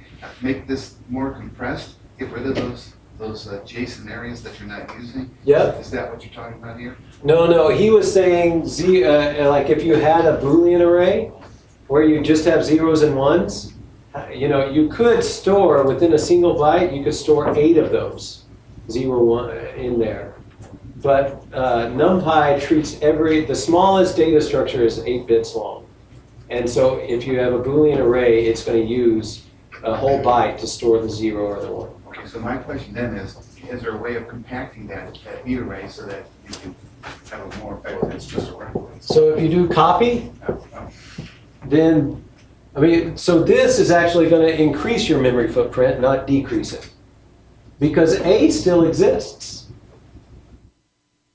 This A has not been deleted. But if you delete A. If you do, I mean, if you did something like this, where you created A up here, doing something, and then you do A dot, or del A, if you don't have this copy, B is still using that memory, so it's going to keep the entire footprint around. And if you don't want that to happen, then you can do dot copy right here. That's going to just make a new set of memory completely independently of this one. You now have B pointing at this. You have different strides. You would have totally different strides. Yeah, you would have 8 and 4. And now you would delete A, you've gotten rid of your original, and now you just have that piece. You Cool. did A equals A with the copy there, would that do the same thing there? Or If you said A equals A equals A, some slice dot copy. like this, Just the B is an A now. I don't quite follow. So just erase the B and have it be an A there? Or would that A equals A, Oh. slice and a copy, what would that do? It would create the array, and then nothing would be holding a reference to it. So if you're running a script, it would be created and then released. If you were doing it on the command line, it would now be associated with the underscore variable or the underscore out 12 or whatever. IPython actually, this is one of the places you can get in trouble with IPython. If you're using large arrays, it's actually keeping a reference to those to help you, because you might want to go back and get that sometime. I want to see what I did 30 times ago. When you do that, you know, you can kill memory really quickly because you're not getting rid of things. You think you've deleted A, but actually A is being held on to by one of these guys. So be aware of that. All right, one more question on this. I had a question in the back about transpose. So what if I say B is equal to A dot transpose? It's going to be float 32. Its dimensions are going to be 2. And this gets back to your question about column versus row major order. What's its shape going to be? 3, 3. What are its strides going to be? 412. Does that make sense? What we've done there? We've just switched the strides. We're pointing at exactly the same location. If you want to go over in this, you know, let's just draw what this looks like. It's going to be 0, 1, 2, 3, 4, 5, 6, 7, 8. If you want to go to the next row, you move over 4 bytes. If you want to go to the next column, you move over 12 bytes. So the transpose is just a reference to the original array. And this, because they had the foresight to put this strides information in here, it fits both models. That's really cool, actually. This is a big deal. I mean, this is there. It's also, because we only have information about a stride, like this is the stride between every element in the row dimension. And so this is impossible then, this is why it's impossible to have kind of 1, 2, 4 or whatever when we're trying to, this is why the fancy indexing, there's no information to store multiple sets of offsets for each one of these things. That's why fancy indexing is a copy. Yes, sir? So, does that mean the transpose is relatively cheap? It's wonderfully cheap. Yeah. Even for huge, it's still. It's just peak. That's all it is. All right? There's also something,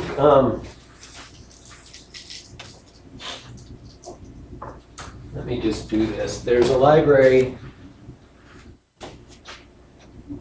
All right, I'm not going to do it. I want to, but I'm not going to do it. So there's another library I'd urge you to go look at it called Stride Tricks.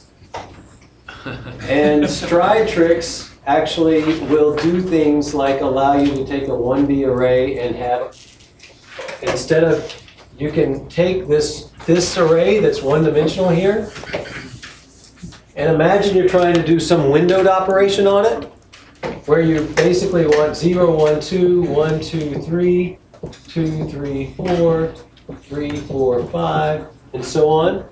But you don't want to make a copy of all of these things. You just want to have this one set of data. You can actually do this by saying the column offset is 4 and the row offset is 4. And so you have overlapping array or values that are, this value and this value are actually the same. If you change this one, you would change this one. But the array allows you to do this. And the really slick thing about this is what I need to talk about, and that's why I'm not going to do this too much. But there are operations that allow you to do very quickly. If this is my array A, if I want to know the sum or the average of these windows, I can do A.sum axis equal 1. This is the index 1 axis divided by, A.shape 1. And I've just done a moving average window on my one-dimensional data. So I've reorganized it in a way that NumPy operations work very nicely on it. So as you start realizing what the underlying structure is and how you can utilize this, you can end up with efficient operations and very concise in how you specify them. So how do you print, if you have done some arbitrary slice, can you just print out that data, those values? All of that data, well, you can always do like A.strides. So that will give you that information. Oh, okay, so you just access the member variables or? Basically, yeah. And you can set this, it used to not be settable, I think it's settable now. I always just go to, I think it's NumPy.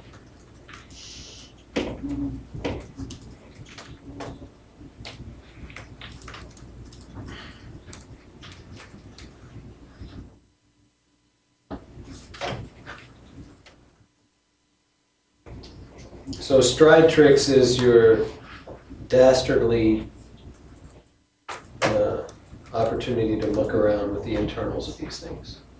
Okay? All right, I do need to cover one more thing. Do you mind if I keep you 5 more minutes? Is that okay? Go for it. All right. There's a lot more to cover, but I really want to talk about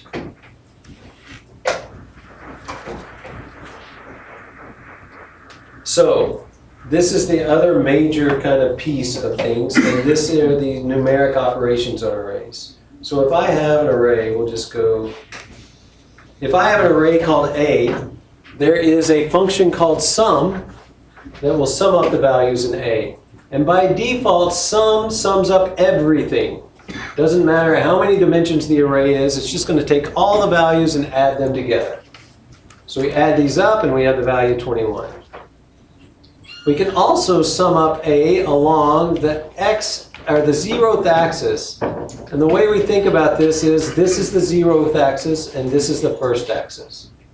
So when you say axis equals 0 for a 2-dimensional array, you're going to be summing along the rows, or you're going to be summing up columns. It's always hard to say exactly how you say this, but each column will get summed up. So 1 plus 4 is 5, 2 plus 5 is 7, 3 plus 6 is 9. You can also sum up along the axis equal 1 dimension, or the way that I typically say it is axis equal -1. You remember Python allows this counting from the back. So almost always with your data, you're either going to be summing along the 0th axis or the last axis. If you write things and you pay attention, you can often write generic functions that don't care what the dimensionality of the data is coming in. They'll work for a 1D array, they'll work for a 2D array, they'll work for a 3D array if the data is arranged the right way. And so it's convenient to be able to say axis equal -1 to always get the last axis. You also can spend several hours of extra time trying to figure out how to make your stuff generic to work with anything, and you really don't get any win. So, that's what grad school's about, right? So it may not pan out quite the way you planned, but I typically still do this. And so we're summing along the last axis here. 1, 2, and 3 is going to sum to 6, 4, 5, 6 to 15. There's an equivalent version that's a method. And these are completely synonymous with one another. The only benefit to this one is you don't have to import sum. Like sum is a function. You have to say from NumPy import sum at the top of your script. In this case, the array just carries it along with it. All right, and we have product as well. There are a whole bunch of these methods. There's sum, there's product. Those are the main ones, but you're going to have min and max as available functions. And then argmin is a nice one. Sometimes you want to find out what is the, instead of what was the value that was the minimum, what is the index of the value that was the minimum. All right, so that works for that. And then you have mean and standard deviation and variance. And there's an average that's around for historic reasons. There's no difference between mean and average except the average allows you to assign weights to things. Okay? All right. So there is a great exercise that you should write or you should work, and it's called win statistics. And the whole idea in win statistics is you're going to get this set of data that has months, year, and day, and it's what the wind speed was at 12 locations around Ireland between 1960 and 1978 or something like that, every day. And you go through this exercise, and it's going to ask you to give me what the wind speed, average wind speed in Ireland was. So to do that, you're going to take the mean of the entire data set. Now it's going to ask you, what is the mean in Dublin? And so you're going to have to figure out which column is Dublin and ask for that. Then it's going to ask you, what is the mean for each day? Like, what's the mean wind speed in Ireland for each day? And so now you need to do your averages along this direction. Then it will say, what is the average wind speed in January? So now you're going to have to mask out the data that's only January and then do your means on that. So if you walk through that exercise, then it will solidify what we're talking about here, and you'll have experience there. So you will have gotten from out of this, I think the calc derivative, you've gotten plotting, have at least a basis for that. The calc derivative and the image filter examples are really nice for getting into your head, how do these slicing operations, how do I do slicing to replace looping, basically. That's the whole key there. You have the Dow selection example that you should work through to get comfortable with the fancy indexing so that you can select regions that are based on Boolean math. And then you have this example to show how you do sums and means and that sort of thing across the different dimensions. So there's a whole lot more. We just need another half hour. We need another half day to basically get all those pieces. But there's structured arrays. There's broadcasting. I would encourage you to look over. And then there's memory mapping. That's a great way to read binary files. It's what we do for all of our binary files now. Always use a memory map on things. And those are the main topics I think that we didn't cover. A lot of the other pieces, oh, wonderful. I'll upgrade to menu 3 right after this, I'm sure. The other thing is a lot of what we didn't go over are just APIs. These foundational concepts are the things that kind of twist your brain. You have to figure out. Once you figure those, then you can just set those APIs on top of this. And you can just read through and find the API you want. There was a question I saw. Yes, sir? What's the equivalent of group by? It's group by. So there are some APIs somewhere, and I can't remember where, that will give you a group by. You can basically think about group by. The masking that I was showing you is a group by operation, or that you can get a mask and then select those items out, and then that will group by whatever. I want to group by January month or whatever. You would have to have a loop that would go through and pick out January, February, make a mask for January, make one for February, make one for March. And then that would group those and select those pieces of data out. So you're going to have to write something for what I just said. There is, can you look at, well, so that's the second place. There's also group by in NumPy someplace. I can't, Googled group by in NumPy. Somebody wrote, the reality is they're partial. It's not a full kind of SQL implementation of things. The other thing is if you're doing a lot of that, pandas is it's the ticket. It's the library to use for that. It works with time series. Wes McKinney, I think his talk, is it today or tomorrow morning? So he's going to do a lecture on time series, and he came out of AQR, which is a hedge fund.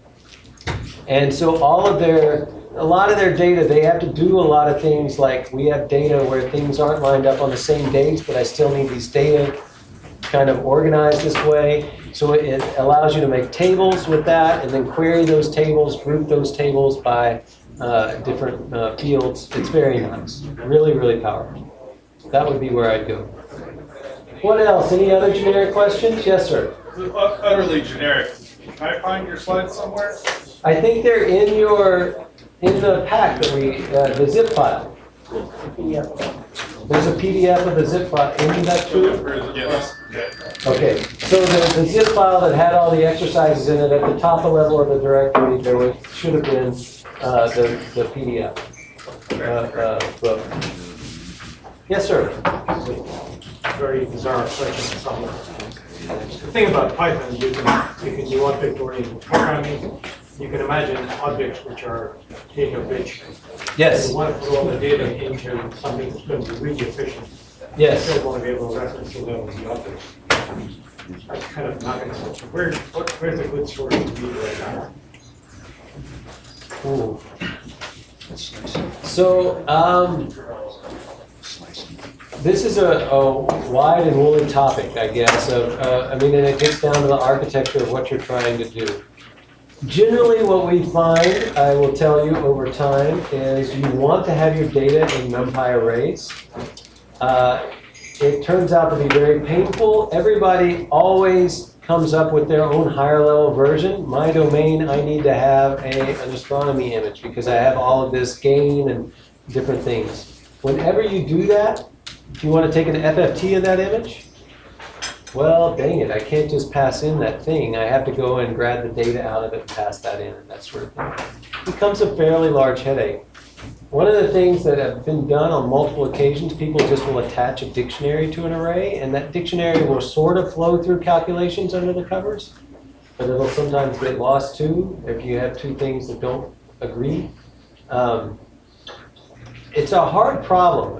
What I have ended up doing, I've made the mistake of making high-level functions in geophysics, for example, for seismic surveys or for well logs. And I always end up wishing that I had just made a NumPy array and then had some dictionary sitting around that had that information about what the metadata for it was. So I'll say that try to fight your instinct to make these big high-level objects all over your code. And try to stick with NumPy arrays as much as possible. This is not, it's going to be different in every domain. But I've learned that over 10 years, every time I end up with these high-level data structures, I get frustrated at some point. Did you have a question? No, I was going to say, it's easy enough to suppress the array. It is easy enough, but there's a huge headache there. Because what do you get back when you pass in your array into an FFT? And then you get something back. Does the data that do you propagate that information along? Right, so delegate the FFT to the underlying. Now you have all of SciPy that you have to delegate over to a new thing. Or if you say A plus B and A is one of your things and B is one of somebody else's things, they add together, they have different kind of metadata. Who wins? How do you combine that? There's probably a generic choice that we can make. This is such a fundamental thing that we wish we could do. I think we ought to have a default, honestly. I think there ought to be something that carries this dictionary of data around. I still don't know how to do it. Every time I think about it, I end up with a bad solution. So maybe you can pull it off and we'll, but this is a fundamental problem that I wish was easier. What else? All right. Well, I've thoroughly enjoyed myself. Thank you so much for coming. sorry we didn't get through more data. If you have a specific question about something that we didn't get to, and it's something that I can answer quickly, then just come on down and we can go over it. And I'll also be here for the next 4 days. So look forward to seeing you at the conference. Thanks for